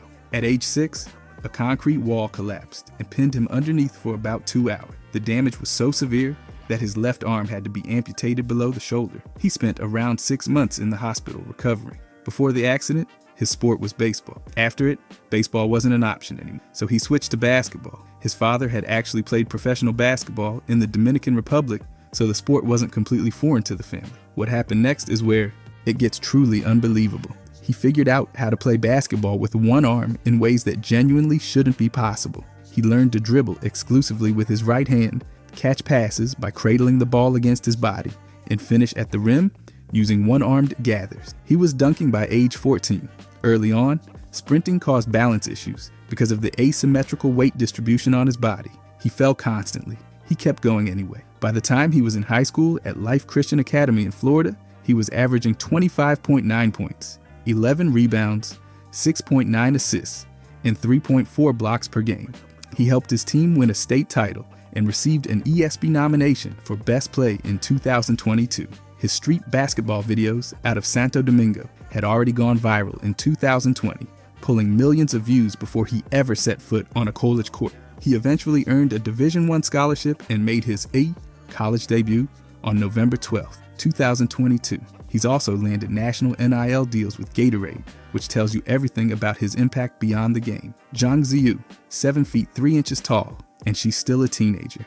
Born on May 1st, 2007 in Jinan, China, Zhang Ziyu is currently the tallest female basketball player ever recorded. She's taller than every single player in WNBA history. She's taller than many NBA centers who've played professionally. That's not an exaggeration. That's just the reality of her size. The genetics make sense once you see her family. Her father's around 6 feet 11 and her mother's about 6 feet 6. Her mom also played for the Chinese national basketball team. Ziyu was basically destined for this. She was 5 feet tall in first grade. By 6th grade, she was already around 6 feet. By the time she was competing at age 14 in the Chinese Under-15 National Basketball League, she was measuring close to 7 feet tall. Her youth numbers are genuinely hard to process. In the 2022 National Under-15 Championship, she scored 62 points and grabbed 13 rebounds in a single game. 3 weeks later, she put up 68 points and 24 rebounds in a provincial championship. Those aren't typos. At the 2024 FIBA Under-18 Women's Asia Cup, she averaged 35 points and 12.8 rebounds per game across the entire tournament. She scored 44 points against Japan and broke the tournament scoring record. She was named tournament MVP and made the All-Star 5. Her professional debut came on January 4th, 2026 with Shandong Six Stars, and her senior national team debut happened in June 2025. She put up 18 points and 7 rebounds in just 12 minutes in that game. She's not even 19 years old yet, and she's already one of the most unique basketball players the sport has ever seen. Jalen Fisher, a Division I basketball star with a condition that only affects about 1 in 20,000 people. Fisher was born on September 6, 1997 in Memphis, Tennessee. He's a 6-foot 2-point guard who played college basketball at Texas Christian University in the Big 12 Conference. On paper, that sounds like a normal college basketball story. But Fisher has albinism, which made his journey anything but ordinary. Albinism is a genetic condition that reduces melanin production in the skin, hair, and eyes. Fisher has naturally blonde hair and very pale skin despite being African American. He first noticed he looked different from other kids around age 5 or 6. He was usually the only person with albinism in his entire school. The questions never stopped. The comments never stopped either. Before an AAU game, an opposing player actually said out loud that he couldn't play because of how he looked. Fisher heard it and went out and played anyway. His mom kept it simple growing up. She told him it was just how he was made. He eventually did his own research to understand the condition better and figured out how to carry it rather than hide from it. What's remarkable is that albinism often comes with significant vision problems. Fisher didn't experience major vision issues, which allowed him to compete at a level most people never reach, regardless of any condition. At Bolton High School in Tennessee, he became one of the top point guard prospects in the entire 2016 recruiting class. He was ranked 34th overall nationally by ESPN and was the highest ranked recruit to ever sign with TCU at the time. His freshman season, he averaged 9.9 points and 4 assists per game and led all Big 12 freshmen in assists. He was named All Big 12, honorable mention as a freshman. His message to anyone who's ever been treated differently is straightforward. Everybody's different. Embrace it. Bailey Cinnamon Daniel. She made history in a game she almost never got the chance to play. Cinnamon Daniel was born without her right arm. Her arm ends near the shoulder, meaning she's played every single minute of basketball in her life with just one hand for dribbling, passing, and shooting. Growing up in Stafford, Virginia, she fell in love with the game watching LeBron James, but when she looked around, she couldn't find another one-armed basketball player anywhere. That hesitation was real. She wasn't sure she belonged. She tried out for her high school team at Mountain View High School.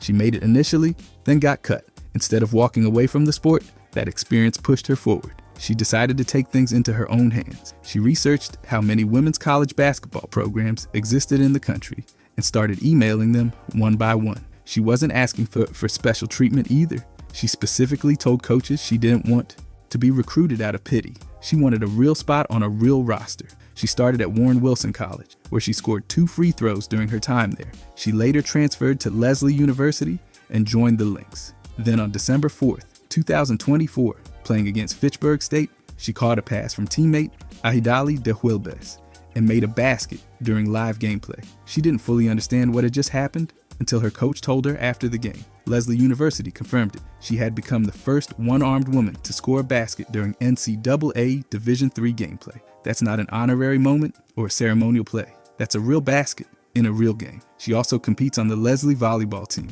making her a multi-sport college athlete on top of everything else. Muggsy Bogues, 5 feet 3 inches tall, 14 seasons in the NBA. That combination shouldn't exist, but it does. Born on January 9th, 1960. 5 in Baltimore, Maryland, Tyrone Curtis Bogues is the shortest player in NBA history. No one shorter has ever played in an NBA game. The average NBA player stands around 6 feet 6. Most point guards are 6 feet 2 to 6 feet 4.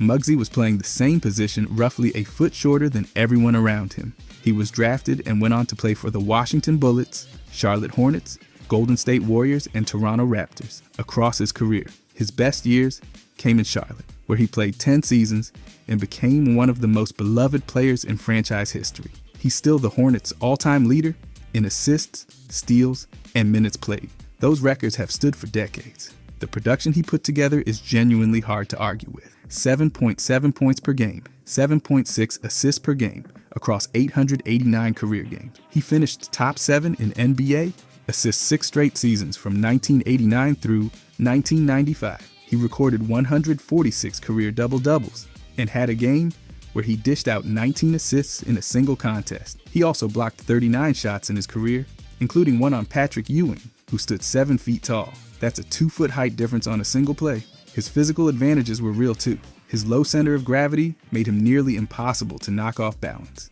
and his ball handling stayed so close to the ground that defenders genuinely struggled to reach it. He also won a gold medal with the United States national team at the 1986 FIBA World Championship, leading the team in both assists and steals. Sun Mingming, 7 feet 9 inches tall, and the story behind his height is unlike anything else on this list. Mingming was born on August 23, 1983 in Bian County, China.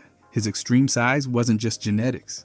It was caused by a benign tumor on his pituitary gland, the part of the brain that controls human growth hormone. That tumor kept his body producing growth hormones far beyond normal level. The tumor was discovered in 2005. At that point, he had no health insurance, and the surgery cost over $100,000. His sports agent ran fundraising campaigns to cover the costs, and the tumor was surgically removed on September 26, 2005. Without that surgery, he could have faced serious damage to his vision and brain function. He didn't even start playing basketball until age 15, and at that point, he was already around 6 feet 7.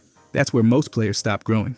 Mingming kept going all the way to 7 feet 9. He played professionally across 4 different countries, including the United States, Mexico, Japan, and China. In 2007, he was drafted by the Harlem Globetrotters, becoming the tallest player they'd ever selected. He never ended up playing for them, but the draft pick alone tells you how much attention his size generated. He also appeared in Rush Hour 3 as a giant fighter, which introduced him to an entirely new audience outside of basketball. During his playing career, he was considered the tallest active professional basketball player in the world. His mobility was limited by his size, which kept him from reaching the NBA, but he played competitive professional basketball for 6 years across multiple leagues internationally. He and his wife Shu Yan a former handball player who stands around 6 feet tall, were recognized by Guinness World Records as the tallest married couple in the world, with a combined height of over 13 feet. Landis Sims, born without hands and without feet, and he still suited up for varsity sports against fully able-bodied athletes. Sims was born on December 10, 2005 in Elizabeth, Indiana. His condition is congenital limb deficiency, meaning he came into the world without hands and without legs, below the knees. That's not something that happened to him later in life. That's just how he's always been. He started playing basketball around age 3 and baseball around age 4. He wasn't playing in adaptive leagues either. He competed directly against athletes with full limb function, and he did it from the very beginning. He runs on prosthetic lower limbs, grips, and throws using modified arm mechanics, and fields the ball by trapping it against his body. Every single movement that most athletes take for granted required him to develop an entirely different approach. At South Central High School in Indiana, he made the varsity baseball team. That alone is the kind of thing that's worth stopping on. Varsity baseball, competing for a roster spot the same way every other kid did. In 2022, he was awarded the National High School Spirit of Sport Award for Section 4, a recognition given to athletes who overcome serious challenges to compete. His journey was documented over 8 years in a film called Landis, Just Watch Me, which followed his path toward making the varsity roster. The attention his story generated reached professional baseball too. He was invited to New York Yankees spring training, took batting practice with Yankees players, threw out a ceremonial first pitch at Yankee Stadium, and signed ceremonial one-day contracts with both the Yankees and the San Diego Padres. He went on to attend Point Loma Nazarene University in California, navigating a hilly campus on prosthetics every single day. His personal motto is simple. He says he's only legally handicapped, not physically.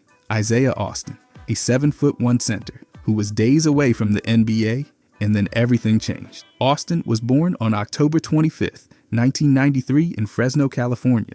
Coming out of high school, he was ranked the number 3 recruit in the entire country by ESPN. He played at Baylor, averaged 12.1 points, 6.9 rebounds, and 2.4 blocks per game across 2 seasons, and was projected as a first-round NBA draft pick heading into 2014. What almost nobody knew during all of that is that he'd been playing with vision only in one eye. A retinal detachment as a teenager took the sight in his right eye, and he went through 4 surgeries trying to fix it. He kept it private for years and competed at an elite level anyway, which is remarkable considering how much depth perception matters in basketball. Then came the 2014 NBA Draft Combine. During the pre-draft physical, doctors found something abnormal in his heart test. Further testing confirmed he had Marfan syndrome, a condition affecting connective tissue that can cause life-threatening cardiovascular complications. The diagnosis came days before the draft. Doctors told him continuing to play professionally could cost him his life. NBA Commissioner Adam Silver invited him to attend the draft anyway. Between picks 15 and 16, Silver paused everything and ceremonially called Austin's name. He walked to the stage and received a standing ovation. It's one of the most emotional moments in draft history. The story didn't end there though. In 2016, doctors cleared him to play again. He went on to play professionally overseas from 2017 through 2021 for teams across Serbia, China, Taiwan, Lebanon, and Puerto Rico. He eventually transitioned into coaching and is currently an assistant coach at Florida Atlantic. Darnell Rogers, 5 feet 2 inches tall, Division I scholarship basketball player, and widely considered the shortest in NCAA Division I history. Rogers was born on April 27, 1997 in Baltimore, Maryland. The average Division I player stands around 6 feet 5. Most point guards are 6 feet 1 to 6 feet 3. Rogers walked onto those same courts at 5 feet 2 and about 150 pounds. The basketball background was already there. His father, Shanta Rogers, played at George Washington University, stood 5 feet 4, won Atlantic 10 Player of the Year in 1999, and led the entire NCAA in steals that season. Darnell basically grew up inside the sport. At Indian Land High School in South Carolina, he started playing varsity basketball as a 7th grader. His junior season, he averaged 28.2 points, 6.9 assists, and 5.1 steals per game. He finished as the program's all-time leading scorer with 1,776 career points and led the team to its first 2 regional championships. He played AAU ball for the CP3 All-Stars, Chris Paul's sponsored program, competing in the Nike Elite Youth Basketball League alongside future NBA players. His freshman year at Florida Gulf Coast University made him officially the shortest Division I player in the country that season. He later transferred to UMBC, where he put together his best college basketball. He posted 14 points and 10 assists in his debut. His strongest season saw him average 11.7 points per game while shooting 91% from the free throw line, and he earned America East All-Conference third-team honors. His career high was 26 points against Hartford. When Rodgers checked into games, crowds reacted. When he got subbed out, some crowds actually booed. That kind of response tells you everything about the impact a 5'2" guard playing Division I basketball had on everyone watching. Zach Hoskins, born without the lower part of his left arm, and he turned himself into a Division I basketball player through one of the most disciplined shooting routines you'll ever hear about. Hoskins was born on July 26, 1996 in Lexington, Kentucky. His left arm ends below the elbow, meaning every dribble, every pass, and every shot in his career happened with one hand. Instead of trying to work around the limitation in every area of the game, he and his father made a decision early on to build his entire identity around shooting, specifically long-range shooting. They practiced together every single evening, and by high school, he was hitting shots from beyond NBA three-point range consistently. His daily routine during high school was serious. He'd arrive at the gym around 7 in the morning and shoot for over an hour before the school day started. After team practice in the afternoon, he'd go back for more shooting workouts that lasted multiple hours at night. At Milton High School in Alpharetta, Georgia, a nationally ranked program loaded with college prospects, he averaged 11.8 points per game his senior season. In one game, he hit 8 of 10 three-point attempts. Before his senior year, a highlight video of his shooting went viral internationally. Media outlets from multiple countries started reaching out. Florida coach Billy Donovan saw it and offered him a preferred walk-on spot at the University of Florida, one of the premier programs in college basketball. He made his debut against William and Mary and received a standing ovation when he entered the game. He scored his first college points on December 22, 2015 against Jacksonville, and that moment spread across sports media quickly. After Florida, he went on to play professionally in Germany, proving the work he put in translated beyond just the college level. DeJuan Blair. He played 7 seasons in the NBA without an ACL in either knee. Not one, both of them. Gone. Blair was born on April 22, 1989 in Pittsburgh, Pennsylvania. He tore both ACLs during high school and had 2 surgeries that were supposed to fix them. The surgeries failed. The ligaments deteriorated completely. By the time he got to college, both were essentially non-existent. The part that makes this even more remarkable is that Blair reportedly didn't even know his ACLs were gone until medical testing before the NBA draft. He'd just been playing through it the entire time. The ACL is one of the main stabilizing ligaments in the knee. It controls cutting movements, rotational stability, and prevents the knee from shifting during athletic activity. Without it, most athletes can't compete at a high level at all. Blair was doing it in the Big East, and then in the NBA. At the University of Pittsburgh, his sophomore season, he averaged 15.7 points and 12.3 rebounds per game, won Big East Co-Player of the Year, was named a consensus first-team All-American, and led the entire NCAA in rebounding. All of that with no ACLs. When NBA teams discovered his condition before the 2009 draft, his stock dropped out of the first round. The San Antonio Spurs took him 37th overall in the second round. He then put up 14 points and 11 rebounds in his NBA debut, and later recorded 28 points and 21 rebounds in a single game against Oklahoma City, making him the first Spurs rookie since Tim Duncan to post a 2020 game. His body compensated by building extraordinary quad and hamstring strength to stabilize the knees in place of the missing ligaments. He leaned into positioning and lower body strength rather than explosiveness. 424 NBA games, no ACLs. That's the whole story. Sim Bhullar, 7 feet 5 inches, 360 pounds, and the first player of Indian descent to ever appear in an NBA game. Bhullar was born on December 2, 1992 in Toronto, Canada. His parents emigrated from Punjab, India, and his father stands around 6 feet 6. Sim kept growing well past that, eventually reaching a size that made him one of the 6 tallest players in NBA history. His wingspan came in around 8 feet with a standing reach of approximately 9 feet 10 inches. That means he could nearly touch the top of the backboard without leaving the ground. He played college basketball at New Mexico State, where he was a dominant interior presence. His freshman season, he averaged 10.4 points, 7.8 rebounds, and 2.9 blocks per game. He led the Western Athletic Conference in blocks and went on to win the conference's Defensive Player of the Year award and first-team All-Western Athletic Conference honors. He went undrafted in 2014, but signed with the Sacramento Kings. After spending time in the NBA G League with the Reno Bighorns, where he averaged around 10 points and 8 rebounds per game, the Kings brought him back on a 10-day contract in April 2015. On April 7th, 2015, he entered a game against the Minnesota Timberwolves with 16.1 seconds remaining. That 16 seconds made history. He became the first player of Indian descent to ever appear in an NBA game. His debut drew massive attention across North America, Canada, and India, where the NBA had been working to grow the sport for years. He scored his first NBA points the following night against the Utah Jazz. His career only included 3 NBA games total, but the cultural significance of what those games represented went far beyond the stat line. Margot Didek, 7 feet 2 inches tall, and the greatest shot blocker in WNBA history.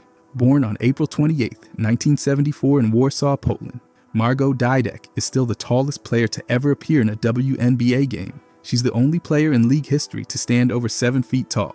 That record has never been touched. Her family explains a lot. Her father was 6 feet 7, her mother was 6 feet 3, and both of her sisters played professional basketball at heights of 6 feet 6 and 6 feet 7. Basketball and height were basically built into the family. She played professionally from the early 1990s through 2008 across Poland, France, Spain, and the United States. In the WNBA, she played 11 seasons for the Utah Stars and San Antonio Silver Stars, Connecticut Sun, and Los Angeles Spark. The number that defines her legacy is 877. That's her career blocked shots total, the most in WNBA history.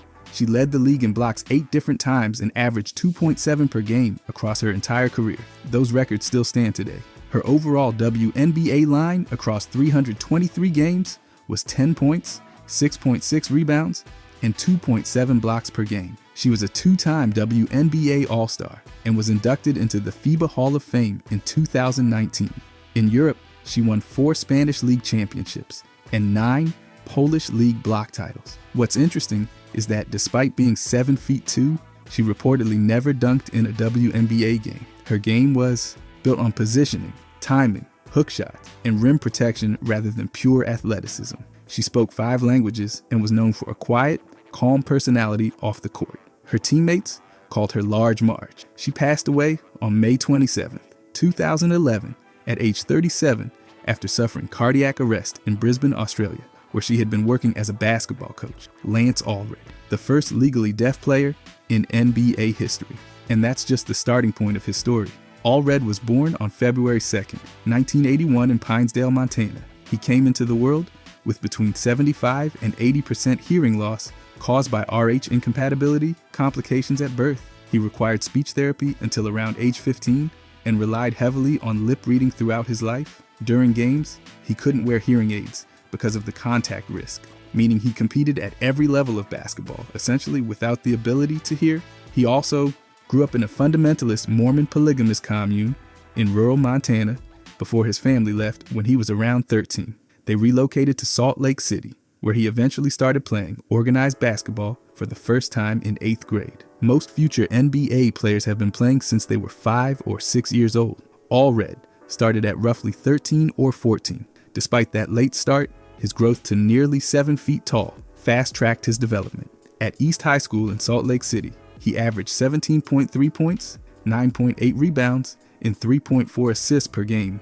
As a senior, won Utah Gatorade Player of the Year and was ranked among the top 100 recruits nationally. He played college ball at Utah before transferring to Weber State, where his senior season he averaged 17.7 points and 12 rebounds per game and ranked 3rd in the entire NCAA in rebounding behind only Andrew Bogut and Paul Millsap. Went undrafted, but built a professional career that lasted over a decade across France, Spain, Italy, Greece, Japan, Mexico, and Puerto Rico. He earned 2 NBA Development League All-Star selections before the Cleveland Cavaliers signed him in March 2008, making him the first legally deaf player to appear in an NBA game. After basketball, he became an international motivational speaker and wrote multiple books, including one about his entire journey to the NBA.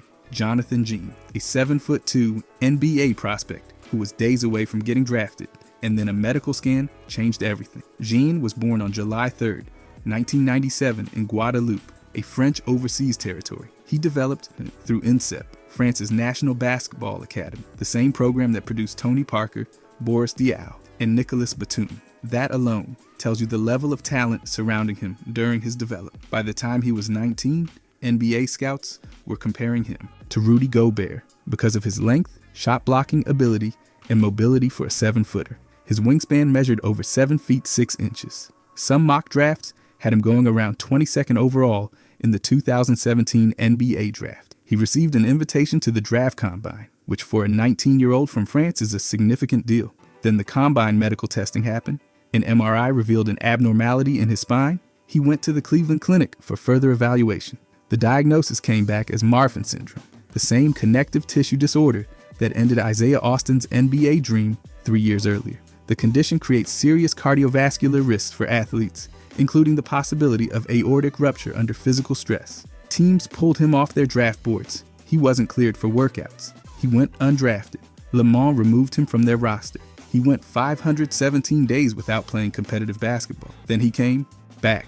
In 2018, he returned to professional play in Spain. He eventually landed in Denmark with Randers Cimbria, where he averaged 17.5 points, 9 rebounds, and around 2.5 blocks per game, and finished second in league MVP voting. His story and Isaiah Austin's story are almost identical in the way they began, but John found a path back to professional basketball on the other side. Frederick Weiss. He's remembered for all the wrong reasons, and none of them really capture who he was as a player. First off, everyone knows him because of that one Olympic moment in 2000 when Vince Carter soared over him in what's now called the dunk of death. It wasn't just a highlight. It turned into a meme before memes were even a thing. That one dunk got replayed so much it buried the rest of his career under it. Then there's the Knicks situation. They took him 15th overall in the 1999 draft, which would usually mean you're about to see some NBA minutes. But nope, he never played a single game in the league. Fans lost their mind because the next pick was Ron Artest. People still bring that up like it happened yesterday. Turns out his agent, who also had a stake in his team back in France, talked him into staying. Later, Weiss even said the Knicks never properly reached out. Messy all around.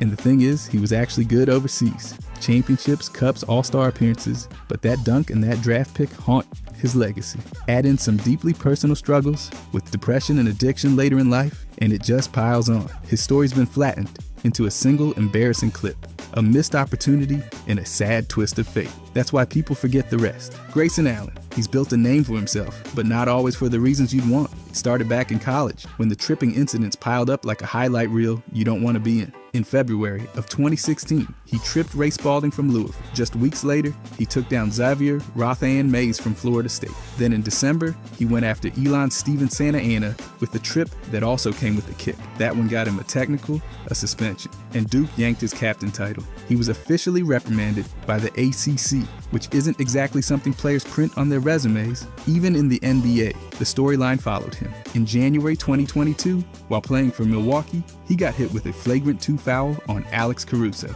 Caruso broke his wrist. 1 game suspension for Allen, but a lot more time on the bench for Caruso. And the reputation just stuck. Dirty player, villain. People were already watching him closely because he played at Duke, and Duke villains are basically a college basketball tradition. Add in the antics, and he became a lightning rod. Even clean games now get framed through that old lens. To be fair, his game's got real upside. He hustles, he shoots, and he's shown growth. But that doesn't always matter when fans and commentators never forget. Every time he fouls someone, social media digs up old clips like it's a mixtape. He's played solid stretches, but the tripping, the suspensions, and the Caruso foul are what get remembered. And once that narrative locks in, it's almost impossible to shake. Enes Kanter freedom. Most fans don't think about his rebounds or paint presence first. They think about politics, controversy, and name changes. He was drafted 3rd overall back in 2011 and had strong seasons, but his basketball career got tangled up with a much bigger story. His criticism of Turkey's president made global headlines.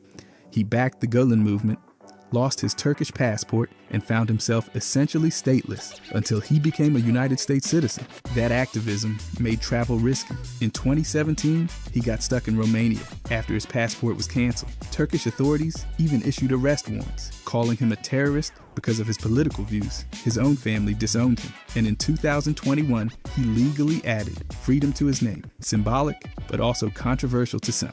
Then there's the China angle. After calling out the Chinese government and wearing sneakers with political messages, Celtics games were pulled from Chinese platforms. He later said he was blacklisted by the league, claiming teams didn't want the drama that came with signing him. On top of all that, some folks saw him as underwhelming on the court, good at scoring and rebounding, but not elite defensively. Add in constant trades and shifting roles, and people started saying he never reached his full potential. All of that piles onto his public image. When fans hear his name, they think wanted by Turkey or called out China more than 30-20 game with the Thunder. His activism took center stage, while his basketball skills got left in the background. Whether that's fair or not, that's how he ends up remembered, for the stuff off the court, instead of what he actually did on it. By the way, if you guys want to subscribe, I'm going to be posting every day. Thanks. Anyways, Lamar Odom. He had one of the most unpredictable careers in recent NBA history, but what sticks with people isn't his titles or versatility. It's the messier stuff, starting with college. He never played at UNLV because of a mix of a suspicious ACT score, an arrest, and improper benefits.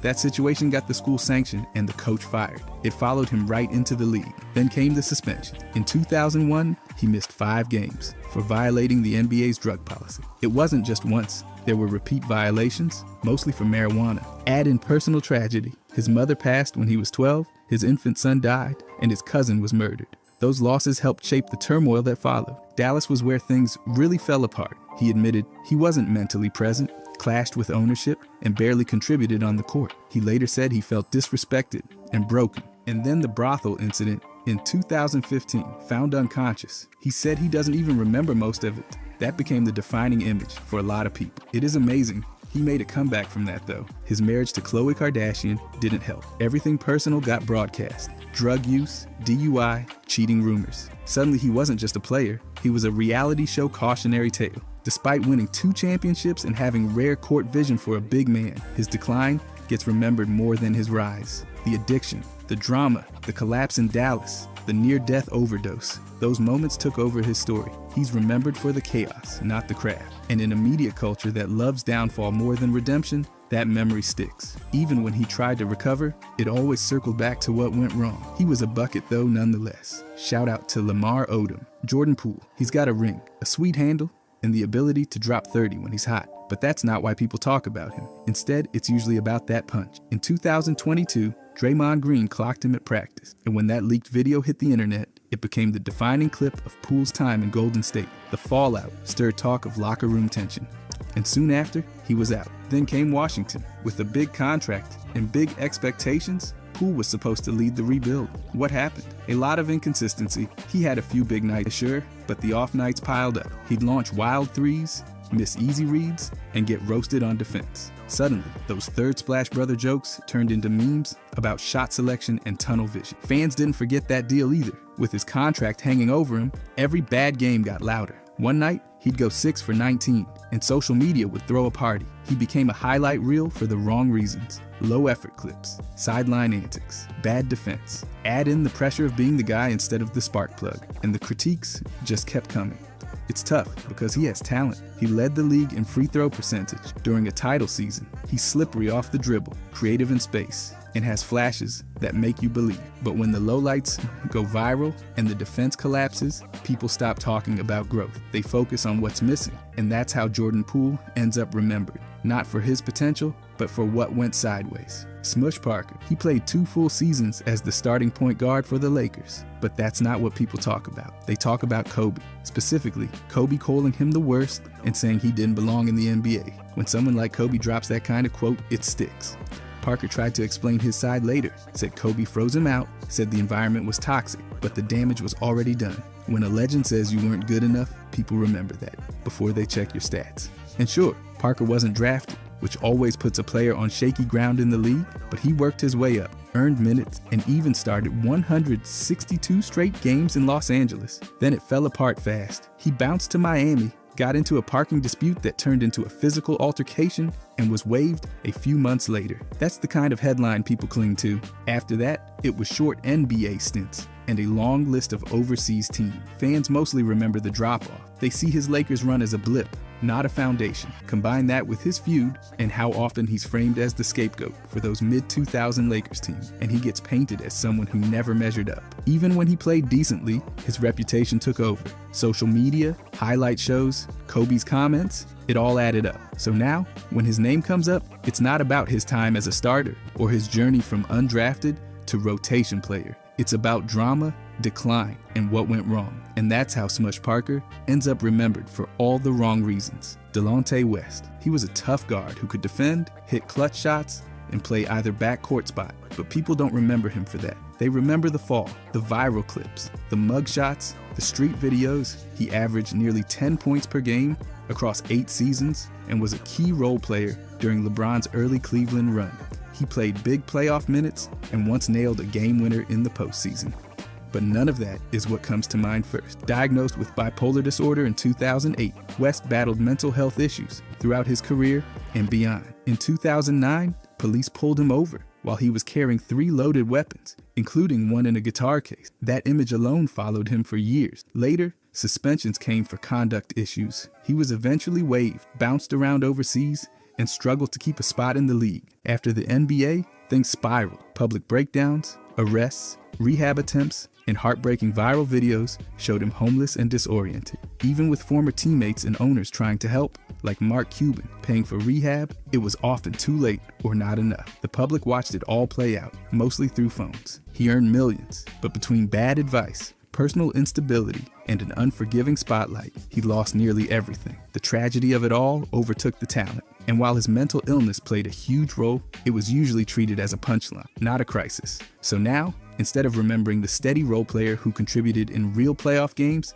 most just remember West as the player who lost it all. And that's what sticks, even if it shouldn't. Tristan Thompson. He's had a long NBA career, won a title, and made his name as a solid rebounder and defender, but that's not what people bring up first. It's usually about who he cheated on, how many kids he has, or who's missing from the latest family photo.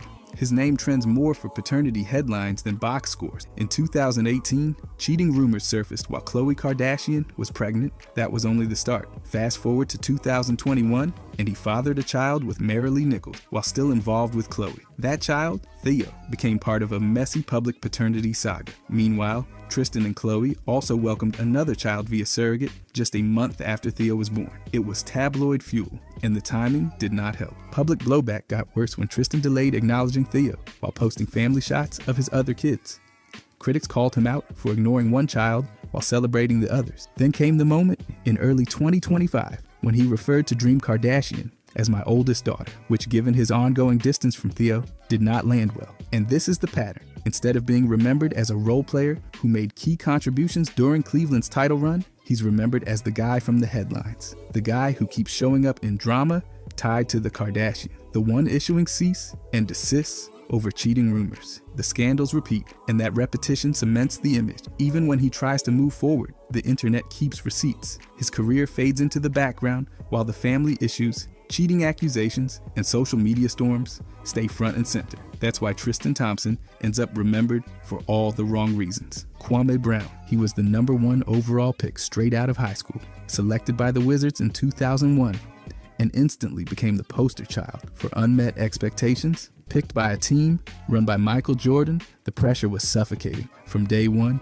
he was just 18, and the bar was set absurdly high. He never became a star, and that was all it took. His rookie season was rough, just 4.5 points, 3.5 rebounds a game. He improved a bit over time, had a couple of decent years, including one where he put up around 11 points and 7 boards. But in the media's eyes, it was already too late. The bust label stuck. He bounced between 7 teams over 12 seasons, and every move just seemed to add fuel to the narrative. Fans and commentators mocked his hand, his footwork, his missed layups. Teammates like Gilbert Arenas took shots. And instead of being seen as a decent role player with longevity, he became a punchline. What's forgotten is that he lasted over a decade in the league. He had solid playoff stretches with the Lakers and even helped land Pau Gasol in a trade that changed LA's future. He made tens of millions, but nobody talks about that. They just remember the missed potential. In recent years, he's been fighting back. He's called out media figures, posted videos, defending himself, and tried to shift the narrative. But when your whole identity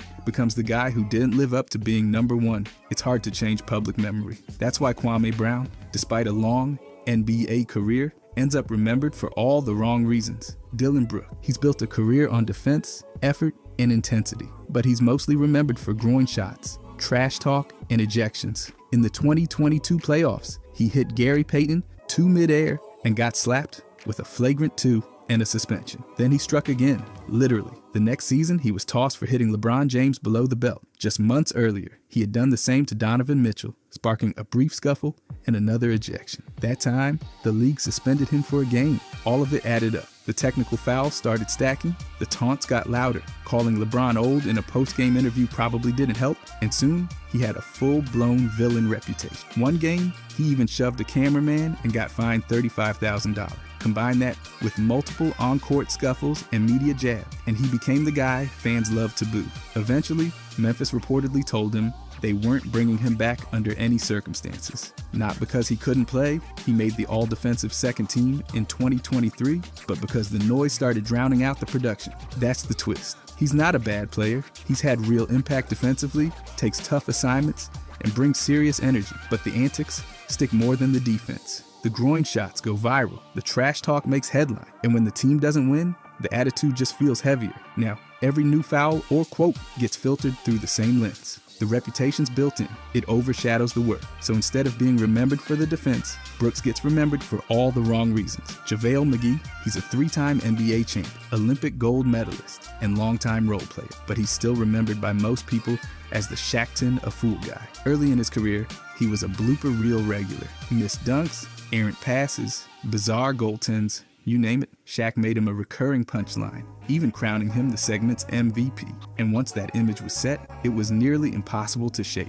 The reputation stuck. Not serious, not smart, too clumsy to trust, and the goaltending didn't help. He led the league in those violations in one season. Add in defensive lapses and occasional wild plays, and fans locked onto the mistakes more than anything else. He bounced around the league, from Washington to Denver, Philly, Dallas, the Warriors, Lakers, and more. That journeyman label just made it easier to write him off. But here's what people skip. He won titles with Golden State and LA, playing real minutes and providing rim protection and energy. He was never supposed to be the star, but he did his job. He blocked shots, caught lobs, ran the floor, and gave teams a spark. In 2021, he even added an Olympic gold medal to the resume. McGee has spoken out about how the negative image followed him, how teams, media, and even teammates underestimated him because of a TV segment. It hurt his brand, but he quietly kept improving, working on his game, and earning his spots. The problem is, quiet improvement doesn't go viral. So now, even after a long and successful career, JaVale McGee still gets remembered more for the gaffes than the grind. That's how a player who won big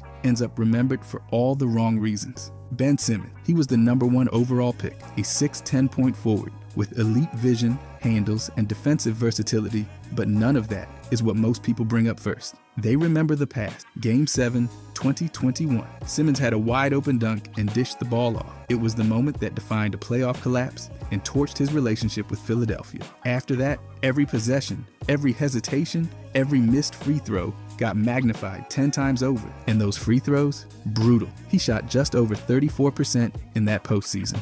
Worst in the league history for someone with that many attempts. Fans were groaning when he touched the ball late in games. And it wasn't just that stretch. Throughout his career, Simmons rarely took jumpers, barely attempted threes, and often disappeared offensively when it mattered most. Then came the holdout. After the Hawks series, Simmons made it clear he wanted out of Philly. He skipped training camp, took fines, and waited until a trade sent him to Brooklyn. But injuries followed. His scoring dipped, his playing time dropped, and the criticism just kept growing. None of that erases the fact that he's a top-tier defender, an elite passer, and one of the few guys who can guard all 5 positions. But in the NBA, it's the failures that go viral. The missed dunk, the quiet fourth quarter, the body language. That's what people remember. Simmons has struggled with confidence, dealt with injuries, and tried to rehab both his game and his image. But when expectations are sky high and the spotlight never turns off, people tend to remember the wrong things. And that's how Ben Simmons, once seen as a generational talent, ends up remembered more for what he didn't do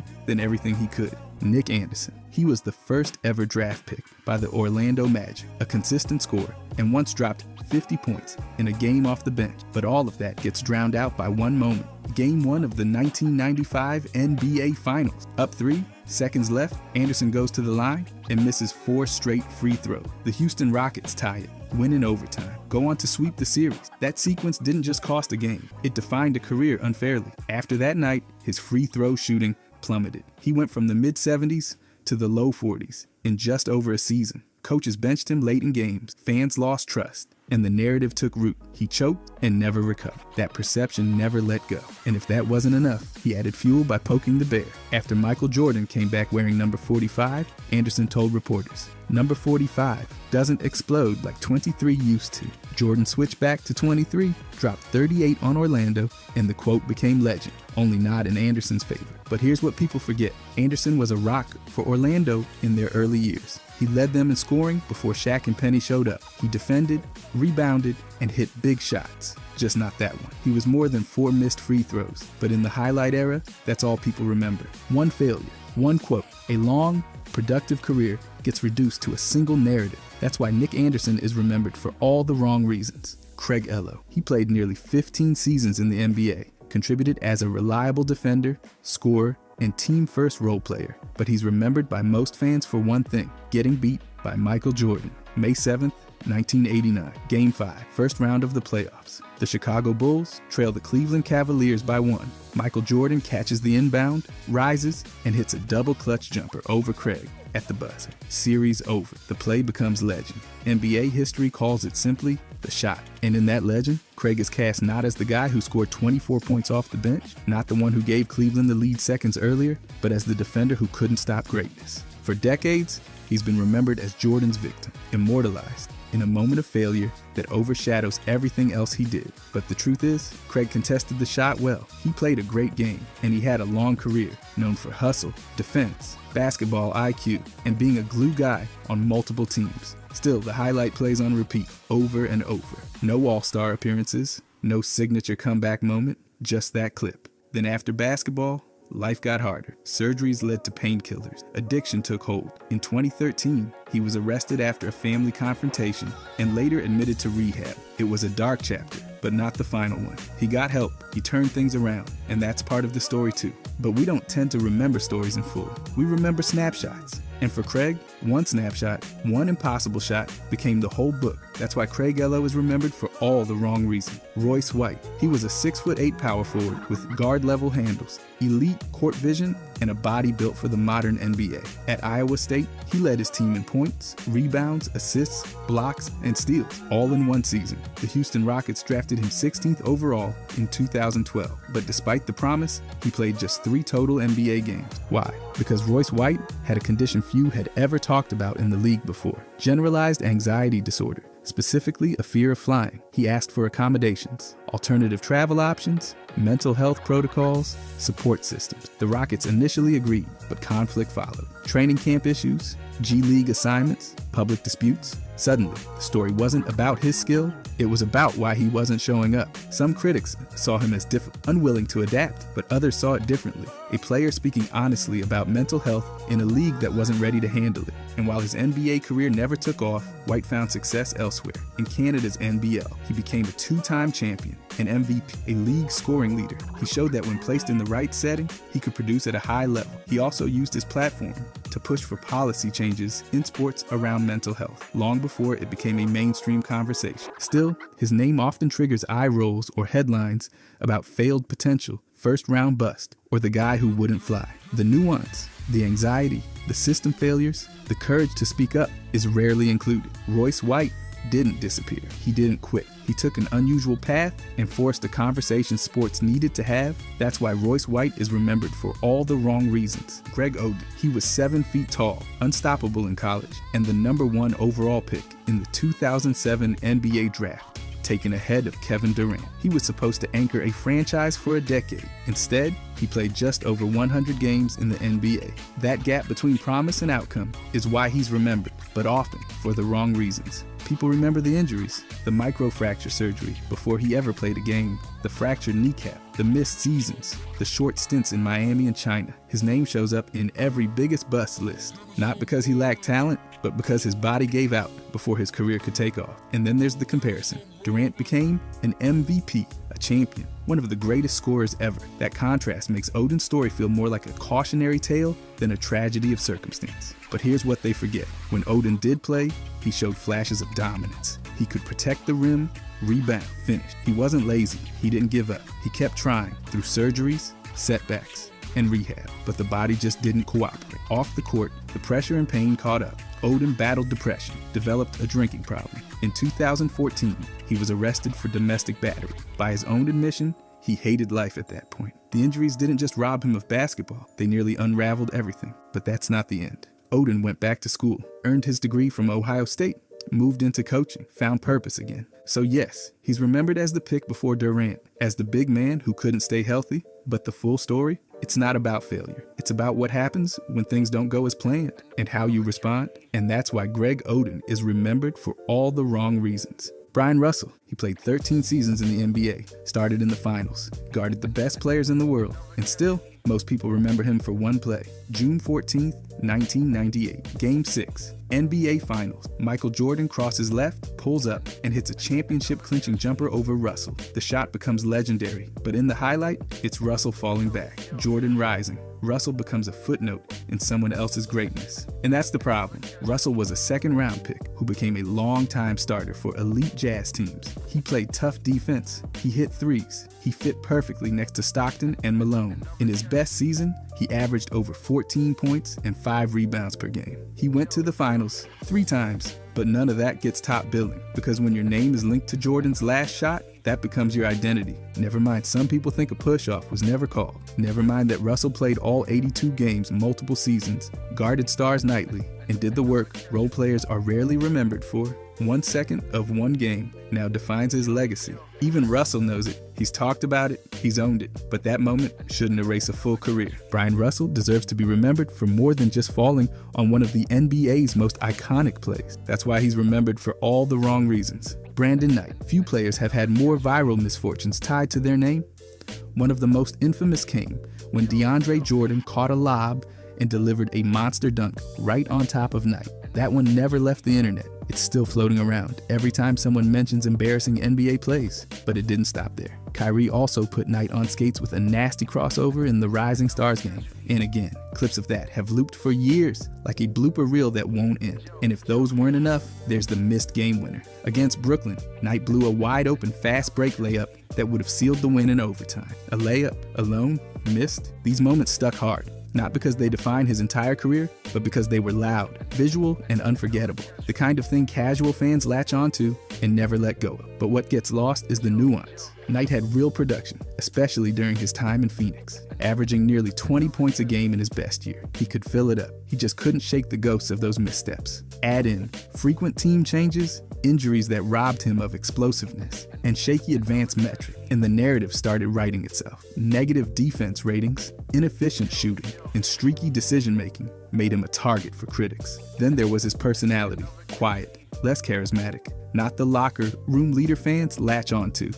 And once those labels stuck, every new mistake just confirmed what people already believed. Knight became the punchline, even when he was doing more than anyone noticed. Latrell Sprewell. Most people don't start by mentioning the 4 All-Star appearances, or how he helped take the Knicks to the finals and the Timberwolves to the Western Conference Finals. No, they jump right to the choking incident. In 1997, Sprewell got into it with Warriors coach P.J. Carlesimo and ended up grabbing him by the neck during practice. It lasted several seconds and instantly turned into a national story. He was suspended for 68 games and had his contract voided, which was later reversed. Still, that image stuck, and it shaped how people talk about him ever since. Then came the contract mess in 2004. Minnesota offered him about $21 million over 3 years, and he turned it down with the now infamous quote about having a family to feed. The public was not kind, and when he refused lower paying deals after that, he just stopped playing. That choice effectively ended his NBA career.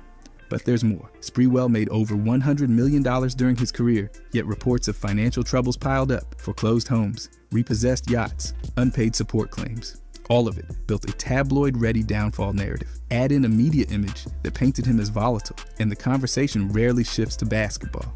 But he was no scrub. Sprewell averaged nearly 18 points over 13 seasons, played tough defense, and had real playoff impact. He scored over 26 per game in the finals. He played hard, he played angry, and sometimes that edge helped his team win. People just remember the blow-ups, the quotes, the drama, but that wasn't the whole player. Not even close. Andrew Bynum. When he came into the league at 17, people thought they were looking at the next great big man. Drafted 10th overall by the Lakers, he was massive, skilled, and shockingly mobile for his size.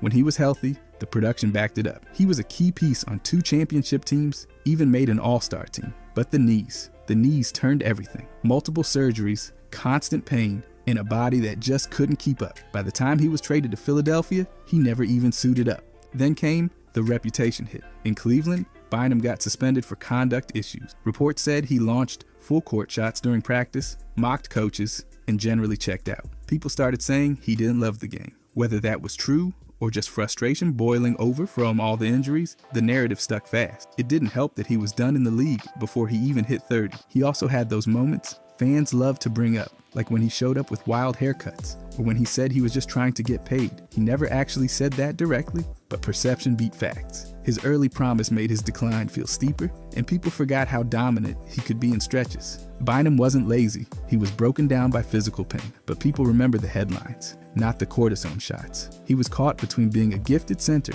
and a guy who never got a real shot to finish his career on his own terms. And that's why he's remembered for the wrong reasons. He didn't flame out for lack of talent. His body just gave out before the story could finish right. Jason Williams, he was an all-star, a rebounding machine, and a relentless hustle guy who brought energy to the court every night. In the late 90s, especially with the Nets, he was a key front court piece. He was even named an all-star in 1998, but people rarely start there when they talk about him. His story gets buried under the weight of something much darker. In 2002, a limousine driver named Kostas Christofi was fatally shot at Williams' mansion. Though ruled accidental, Williams eventually pled guilty to aggravated assault and served over 2 years in prison. That single tragedy redefined how fans remember him. And it didn't help that there were earlier stories of reckless behavior with firearms, including multiple incidents detailed in his own memoirs. Once the narrative turned from basketball to legal drama, it never really came back. His NBA career also ended suddenly.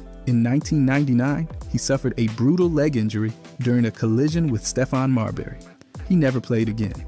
So between the injury and the trial, his playing days vanished, and his reputation took a permanent hit. People remember the fall, not the climb, but he was more than that. He averaged over 7 rebounds a game for his career, fought for every board, and earned a big contract before the injury. He made it into the New York City Basketball Hall of Fame and St. John's Hall of Fame too. He even tried to make sense of his life afterward through books, letters, and public reflection. But the headlines still scream louder than the stats. For someone who fought for every loose ball, it's rough how easily people dropped the rest of his story. Having an elite Robin, teams with one of these guys aren't just balanced, they're flat out harder to break. When the top star gets clamped, tired, or picks up fouls, the second star steps up and keeps the engine running. Scottie Pippen did that perfectly. He wasn't just Jordan's sidekick. He defended, passed, scored, and made it so teams couldn't just throw their best defender at Jordan and pray. D. Wade played that role with LeBron James, especially during the Miami run. Wade wasn't just helping. He was a legit problem for defenses. When LeBron drew help, Wade would carve teams up. And when LeBron sat, the offense didn't fall apart. That's the power of a true second star. Powell did the same for Kobe. He brought elite post scoring, passing, rebounding, and defense that allowed the Lakers to avoid being a one-man show. Gasol's presence kept the floor spaced and the defense guessing. Kevin McHale fit into this mold too. While Larry Bird got most of the headlines, McHale was dominating the paint, hitting tough shots, and anchoring the Celtics through tough playoff series. His consistent scoring and defense were vital to those title runs. Jamal Murray playing alongside Nikola Jokic, has shown exactly how dangerous this setup still is today. His scoring bursts, shot creation, and off-ball movement made it impossible to load up on Jokic without consequences. That championship run doesn't happen without both stars drawing attention. Anthony Davis did it with LeBron on the Lakers. Elite rim protection, scoring inside and out, and the ability to anchor the defense. With Davis roaming, LeBron didn't have to carry every possession. The two-star system worked, and it got them a title. This kind of duo gives teams major flexibility. Coaches can stagger minutes, mix lineups, and shift styles depending on matchups. The stars play fresher, smarter, and longer into the season. And when both stars put up strong analytics, win shares, on-off splits, defensive impact, it usually translates to deep playoff runs. A real Robin doesn't just help, he forces defenses to rethink everything. That changes how teams prepare and how games flow. It's not hype, it's a legit cheat code hitting on your draft picks. When a team nails multiple picks, it's like unlocking budget gold. You get star-level talent without breaking the cap, and you build a foundation that can last years. Miami pulled this off with Bam and Hero. Bam was taken with the 14th pick in 2017. 2 years later, Hero went 13th. Not top 10 picks, but both turned into major contributors. Hero won 6th Man of the Year in 2022 and made an All-Star team in 2025. Bam, he was so locked in, he even pushed the front office to draft Hero. That kind of chemistry and influence doesn't just show up, it's homegrown. Boston had their jackpot moment with Jaylen Brown and Jason Tatum. Back-to-back years, 3rd overall picks. Brown in 2016, Tatum in 2017, after a trade down from number 1. They've been a core duo ever since, leading Boston to a title in 2024. Both were high picks, but the key is they actually worked out. That doesn't always happen, but it did here. Then there's Denver, with possibly the biggest steal of all time. Nikola Jokic went 41st overall in 2014. 2 years later, they grabbed Jamal Murray at 7th. Jokic became a multi-time MVP. Murray stepped up in huge moments. Together, they've built a team identity. Jokic's numbers with Murray on the court are elite. Around 21 points, 11 rebounds, over 7 assists. And yes, a Nuggets article literally named them both as 2 of the franchise's best draft picks. Not shocking. So why is this such a cheat code? First, rookie deals save cap space. You get top-tier production for bargain prices. That means more money for vets, trades, or depth. Second, it gives teams real building blocks instead of hoping to land stars in free agency. And when you've got 2 hits, that gives you margin for error. If one has an off year, the other still keeps the ship afloat. These teams didn't rely on luck later. They nailed the draft early. That's what let them construct serious contenders. They built it from within, and it worked. By the way, if you guys want to subscribe, I'm going to be posting every day. Thanks. Anyways, controlling pace from the point. A guard who dictates tempo. Doesn't just run plays, he runs the game. Slowing things down, limits opponent possessions, reduces chaos, and keeps the offense clean. Speeding it up punishes tired legs, forces mismatches, and takes advantage of transition gaps. A point guard who controls that dial is basically driving the entire game from the front seat. It starts with basketball IQ. Knowing when to push and when to pause separates average guards from elite ones. Slowing the game down helps with spacing, resets, and avoiding wasted shots. Meanwhile, choosing to ramp things up at the right time creates easy buckets and momentum swing. That's more than talent, that's command. The defense also gets impacted. Fewer possessions means fewer shots to defend. Faster play can cause breakdowns or poor switches. A good tempo controller can throw the opposing rhythm off entirely. It's like they're setting the metronome and everyone else has to keep up. Luka does this every night. Analysts describe his game as deliberate and rhythmic. His 50-point performances often come with methodical pacing, making defenders chase air. He slows down just enough to control angles, spacing, and flow.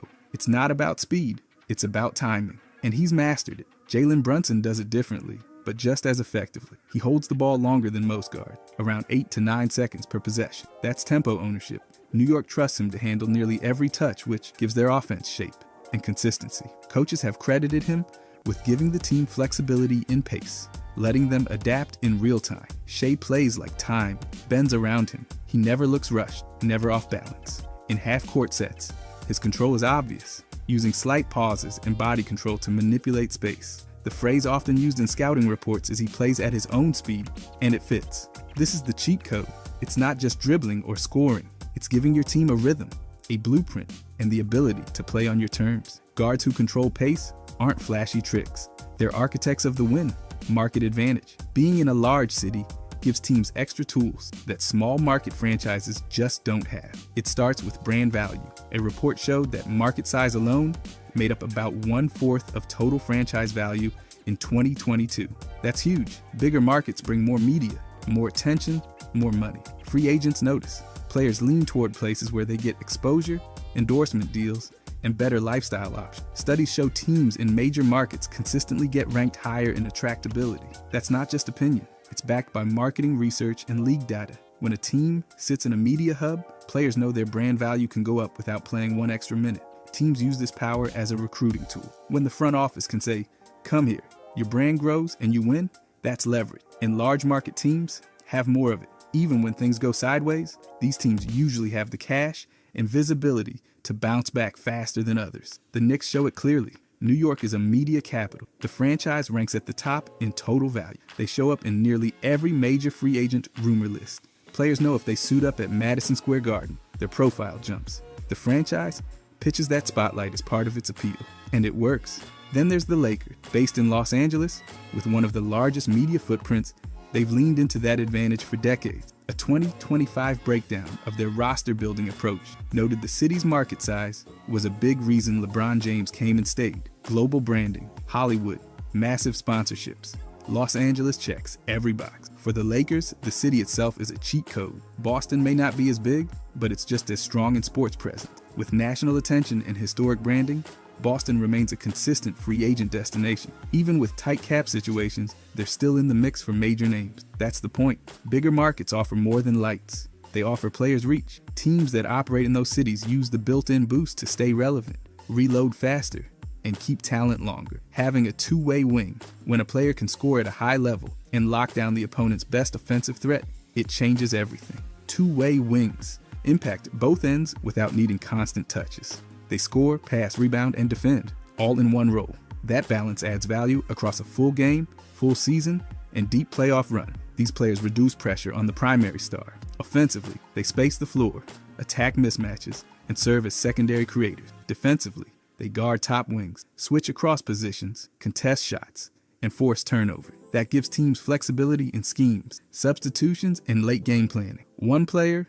two roles, no trade-off. Analytics support it. Players who maintain a high offensive rating and a low defensive rating raise team net rating. They protect against blowouts and create advantages across different matchups. These wings don't just plug holes, they set the tone. Kawhi Leonard fits the blueprint. His career offensive rating is about 119, while his best defensive season posted a rating under 96. He's won Defensive Player of the Year twice and made 7 All-Defensive teams. Add his scoring, rebounding, and efficiency, and it's clear why his teams won titles with him anchoring both ends. Jimmy Butler delivers the same dual threat. He's a 5-time All-Defensive selection and a go-to scorer. During playoff runs with Miami, he led in usage, scoring in elimination games, and consistently guarded the opponent's best player. Advanced metrics show he improved both offense and defense while on the floor, raising win probability. Paul George brings elite stats too. He's posted over 28 points per game in a season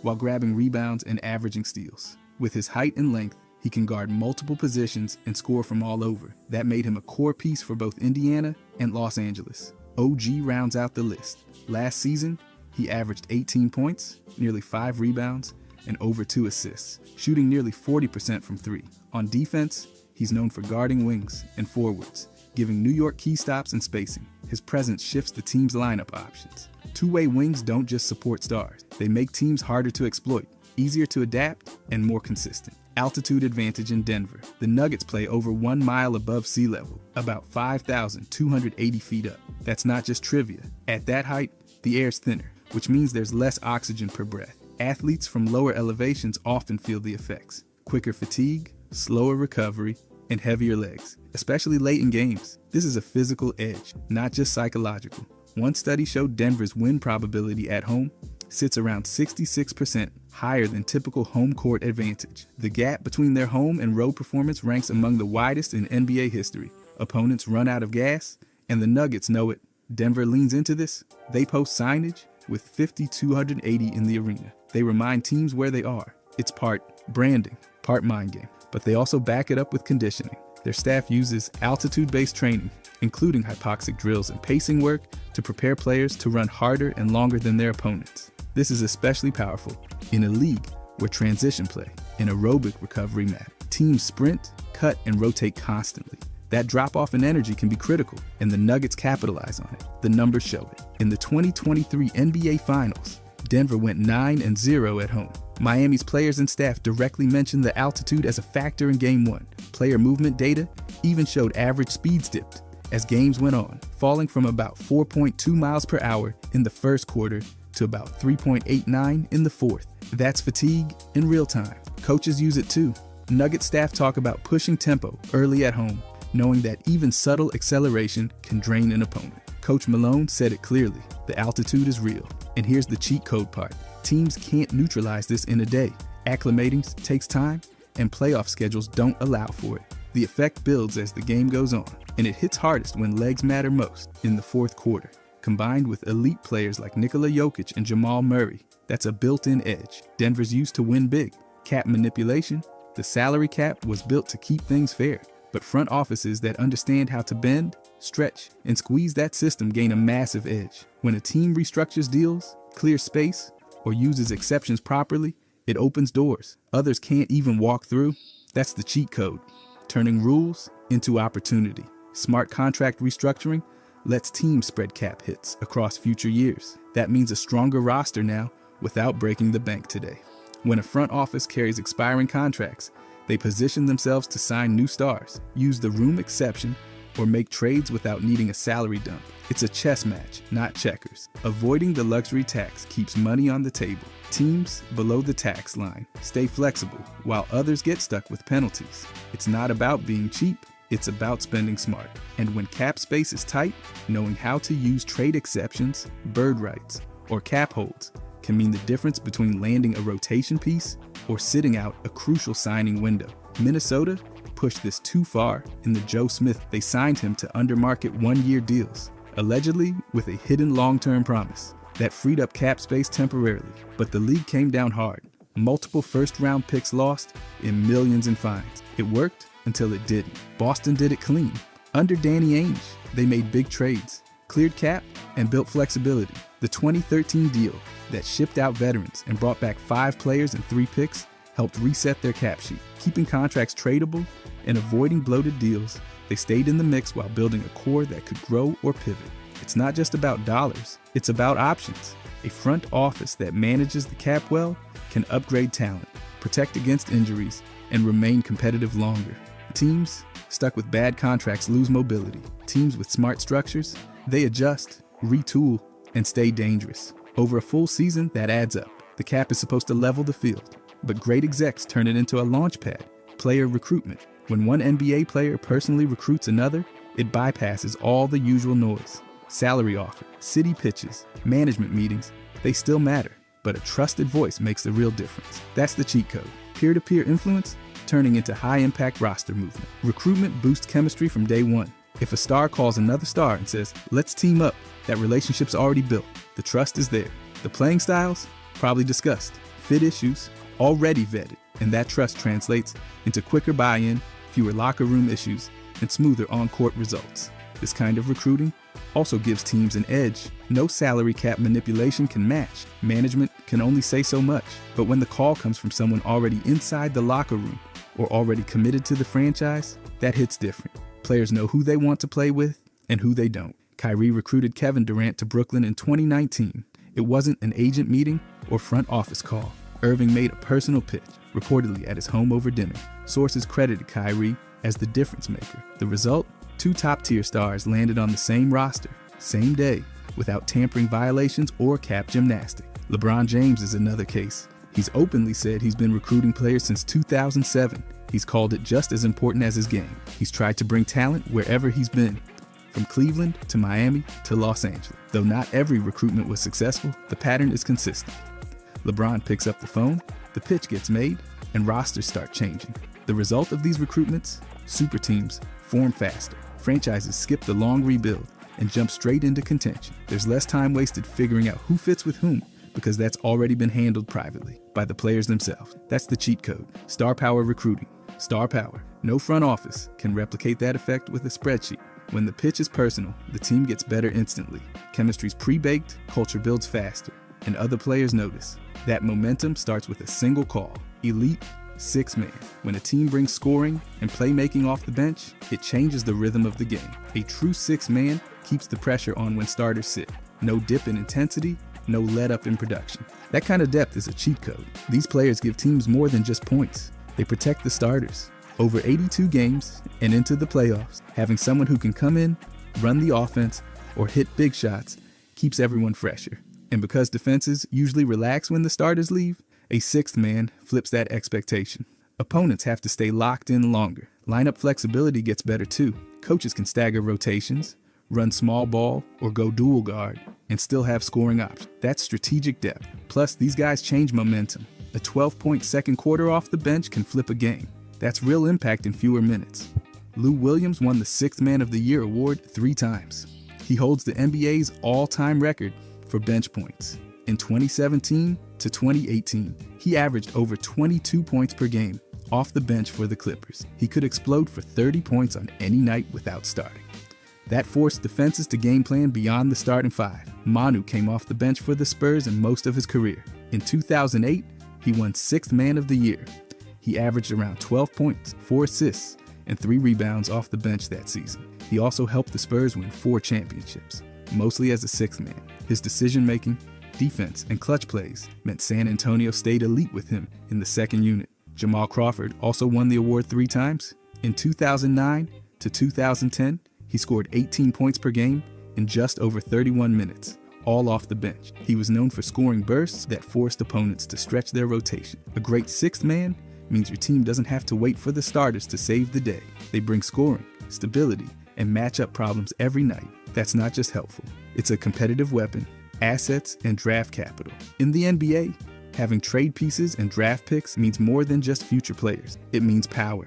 Teams with a stockpile of assets can move fast, strike big deals, and control their path. That's what makes it a cheat code. Assets offer leverage. With picks, a team can trade up, make big moves mid-season, or wait for the right moment while everyone else panics. Unprotected first-rounders and young controllable players don't just help in rebuilds. They're currency. One team that's used this blueprint is the Oklahoma City Thunder. In July of 2019, they traded Paul George to the Clippers. What they got in return was massive. Shea, Danilo Gallinari, multiple unprotected first-round picks, and pick swaps. That one deal gave the Thunder control of another team's future and a rising star in Shea. Those picks later turned into core contributors like Jalen Williams, and the Thunder still have 10 first-rounders across 5 upcoming drafts. That gives them the option to trade for stars, build with youth, or do both. Their rebuild wasn't just quick. It was structured. Assets made it possible. The Los Angeles Lakers used the other side of the cheat code. In June of 2019, they traded away Lonzo Ball, Brandon Ingram, Josh Hart, and several first-round picks to land Anthony Davis. That's a lot of value going out, but it worked. The Lakers won the 2020 title because they had the assets. They were able to make the kind of all-in move that smaller or less prepared teams could not. That's the point. They didn't wait on potential. They used their stock to get a proven star and win right away. Assets aren't just about rebuilding. They're about optionality. You can pivot from rebuild to contender, delay big moves until the market breaks your way, or load up and strike when others are stuck. Teams that control the future through picks or movable contracts hold the keys. In a cap-driven league, that flexibility becomes a structural edge. It's how front offices change timelines, build dynasties, or steal a title window before it shuts. Elite rim protector. In today's NBA, points at the rim are still the most efficient, but when you've got a defender who shuts that door, everything changes. A rim protector lowers opponent shooting percentages in the paint, deters drives, alters timing, and anchors the entire defensive scheme. That's the cheat code. A single player who reshapes how the opposing team attacks. Teams shoot fewer layups and dunks against these defenders. The most high percentage shots suddenly become high risk. That changes the math. Opponents are forced into floaters, mid-range shots, or early passes, all less efficient than a clean finish at the rim. The result? Lower effective field goal percentages and disrupted offensive flow. Analytics show these defenders shift team metrics. With elite rim protection on the floor, defensive ratings drop, net ratings climb, and rebounding improves. Coaches can play more aggressively on the perimeter, knowing there's coverage behind them. And when it's time to run different schemes, like drop coverage or switching, a reliable rim anchor gives you the confidence to adjust. Rudy Gobert is a prime example. He's won Defensive Player of the Year 3 times. His defensive rating sits around 102.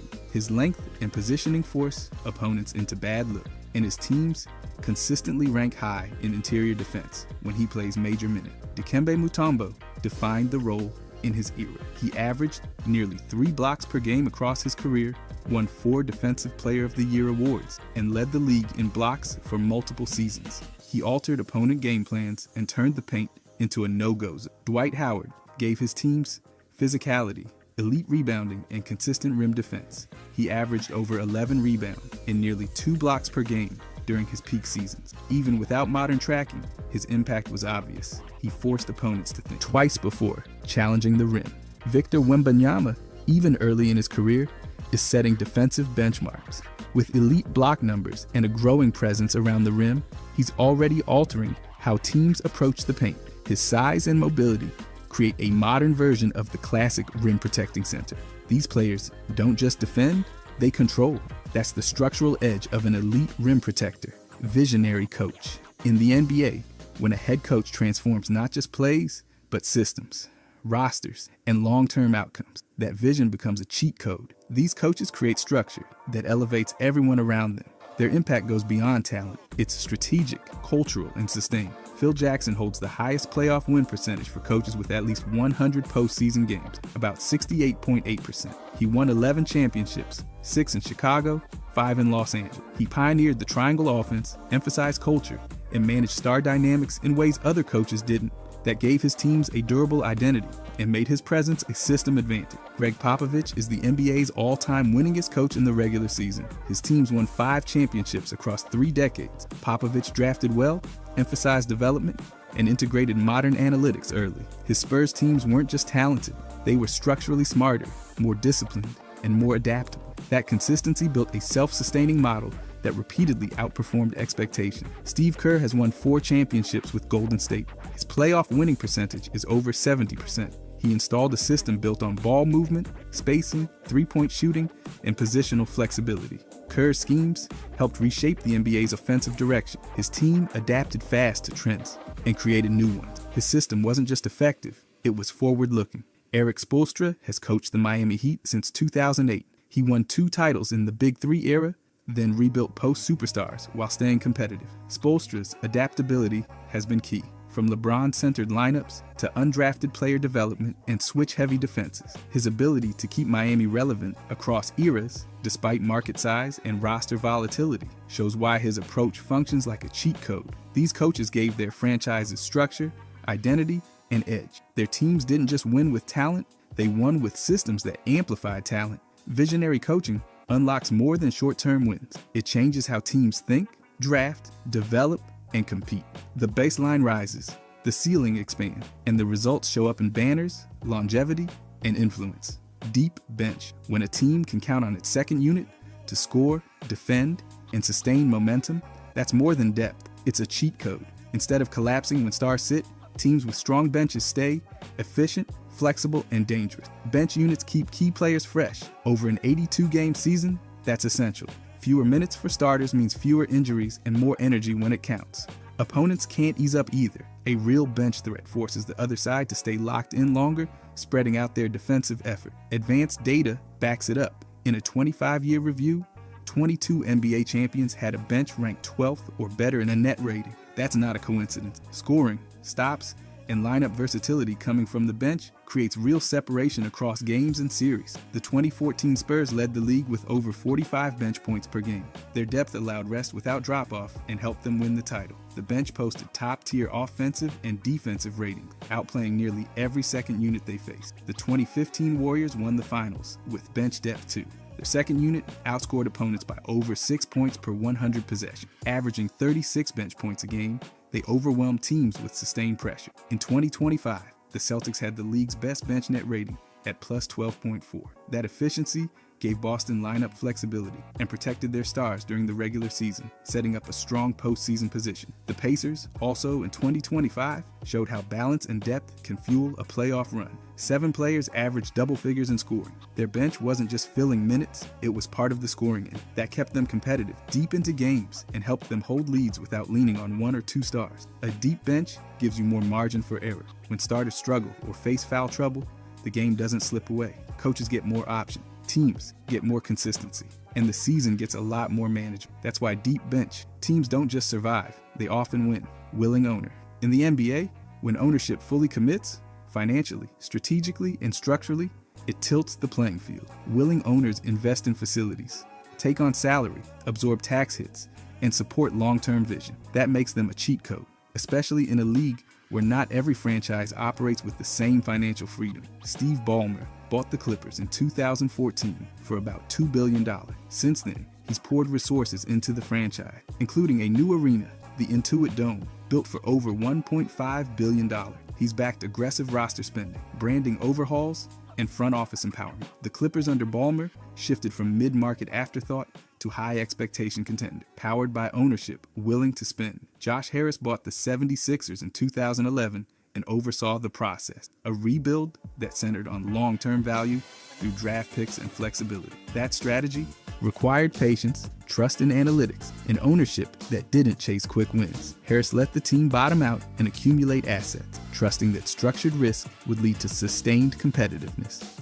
The results include multiple playoff appearances and one of the league's deepest asset pools across that period. Mickey Arison has owned the Miami Heat since 1995. Under his tenure, the team has won 3 NBA titles. The Big Three era, LeBron James, D. Wade, Chris Bosh, required financial commitment and the operational capacity to go all in on a short window. That meant spending on stars, coaching, support staff, and luxury tax hits. Arison's ownership didn't just allow it, it supported it fully. Dan Gilbert's run with the Cavaliers included the franchise's first title in 2016. When LeBron James returned, Gilbert backed him with aggressive trades, coaching hires, and financial flexibility. The team repeatedly exceeded the salary cap, paid the luxury tax, and leveraged assets to build around its star.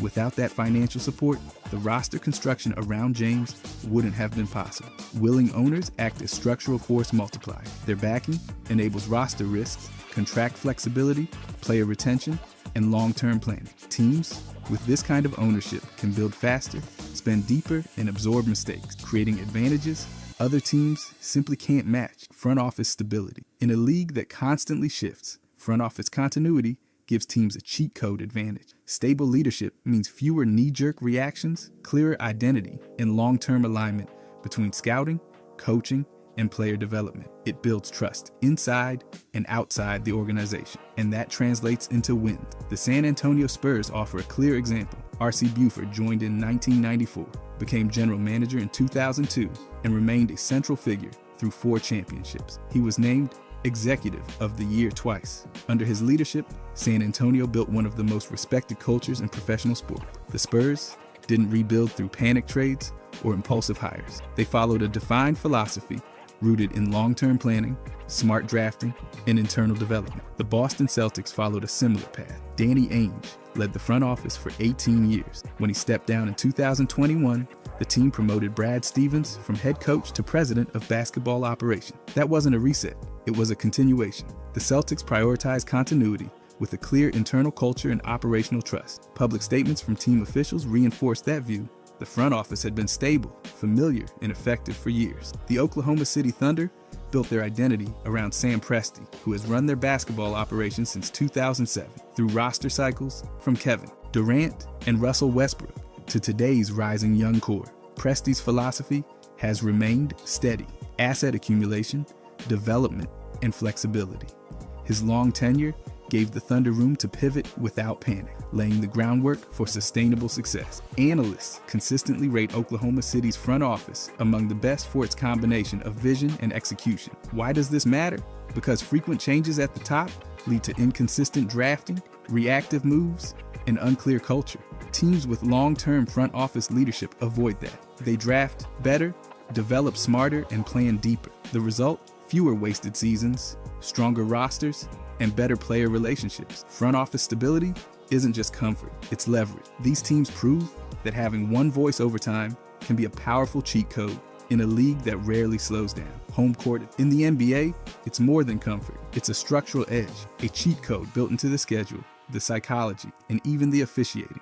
Statistically, NBA teams win about 61.5% of their home games across the league. In the playoffs, that number has historically held around 60.7%, meaning even elite road teams still struggle away from home. It's not just coincidence, it's cumulative advantage. Start with the basics, the playoff series format. The team with home court gets 4 potential games at home in a best of 7, including Game 1 to establish tone and Game 7 when margins are razor thin. That's built-in leverage. Then add familiarity. Players know their court. They sleep in their own beds. They're not crossing time zone. Shooting backgrounds are consistent. Locker room routines don't change, and even the bounce of the boards is predictable. Those details matter when outcomes hinge on 1 or 2 possessions. The crowd? That's energy. That's influence. Loud arenas can rattle opponents and energize home teams, and data suggests it may even influence referees, with studies indicating a slight but consistent officiating bias in favor of home teams. Then there's fatigue. Road teams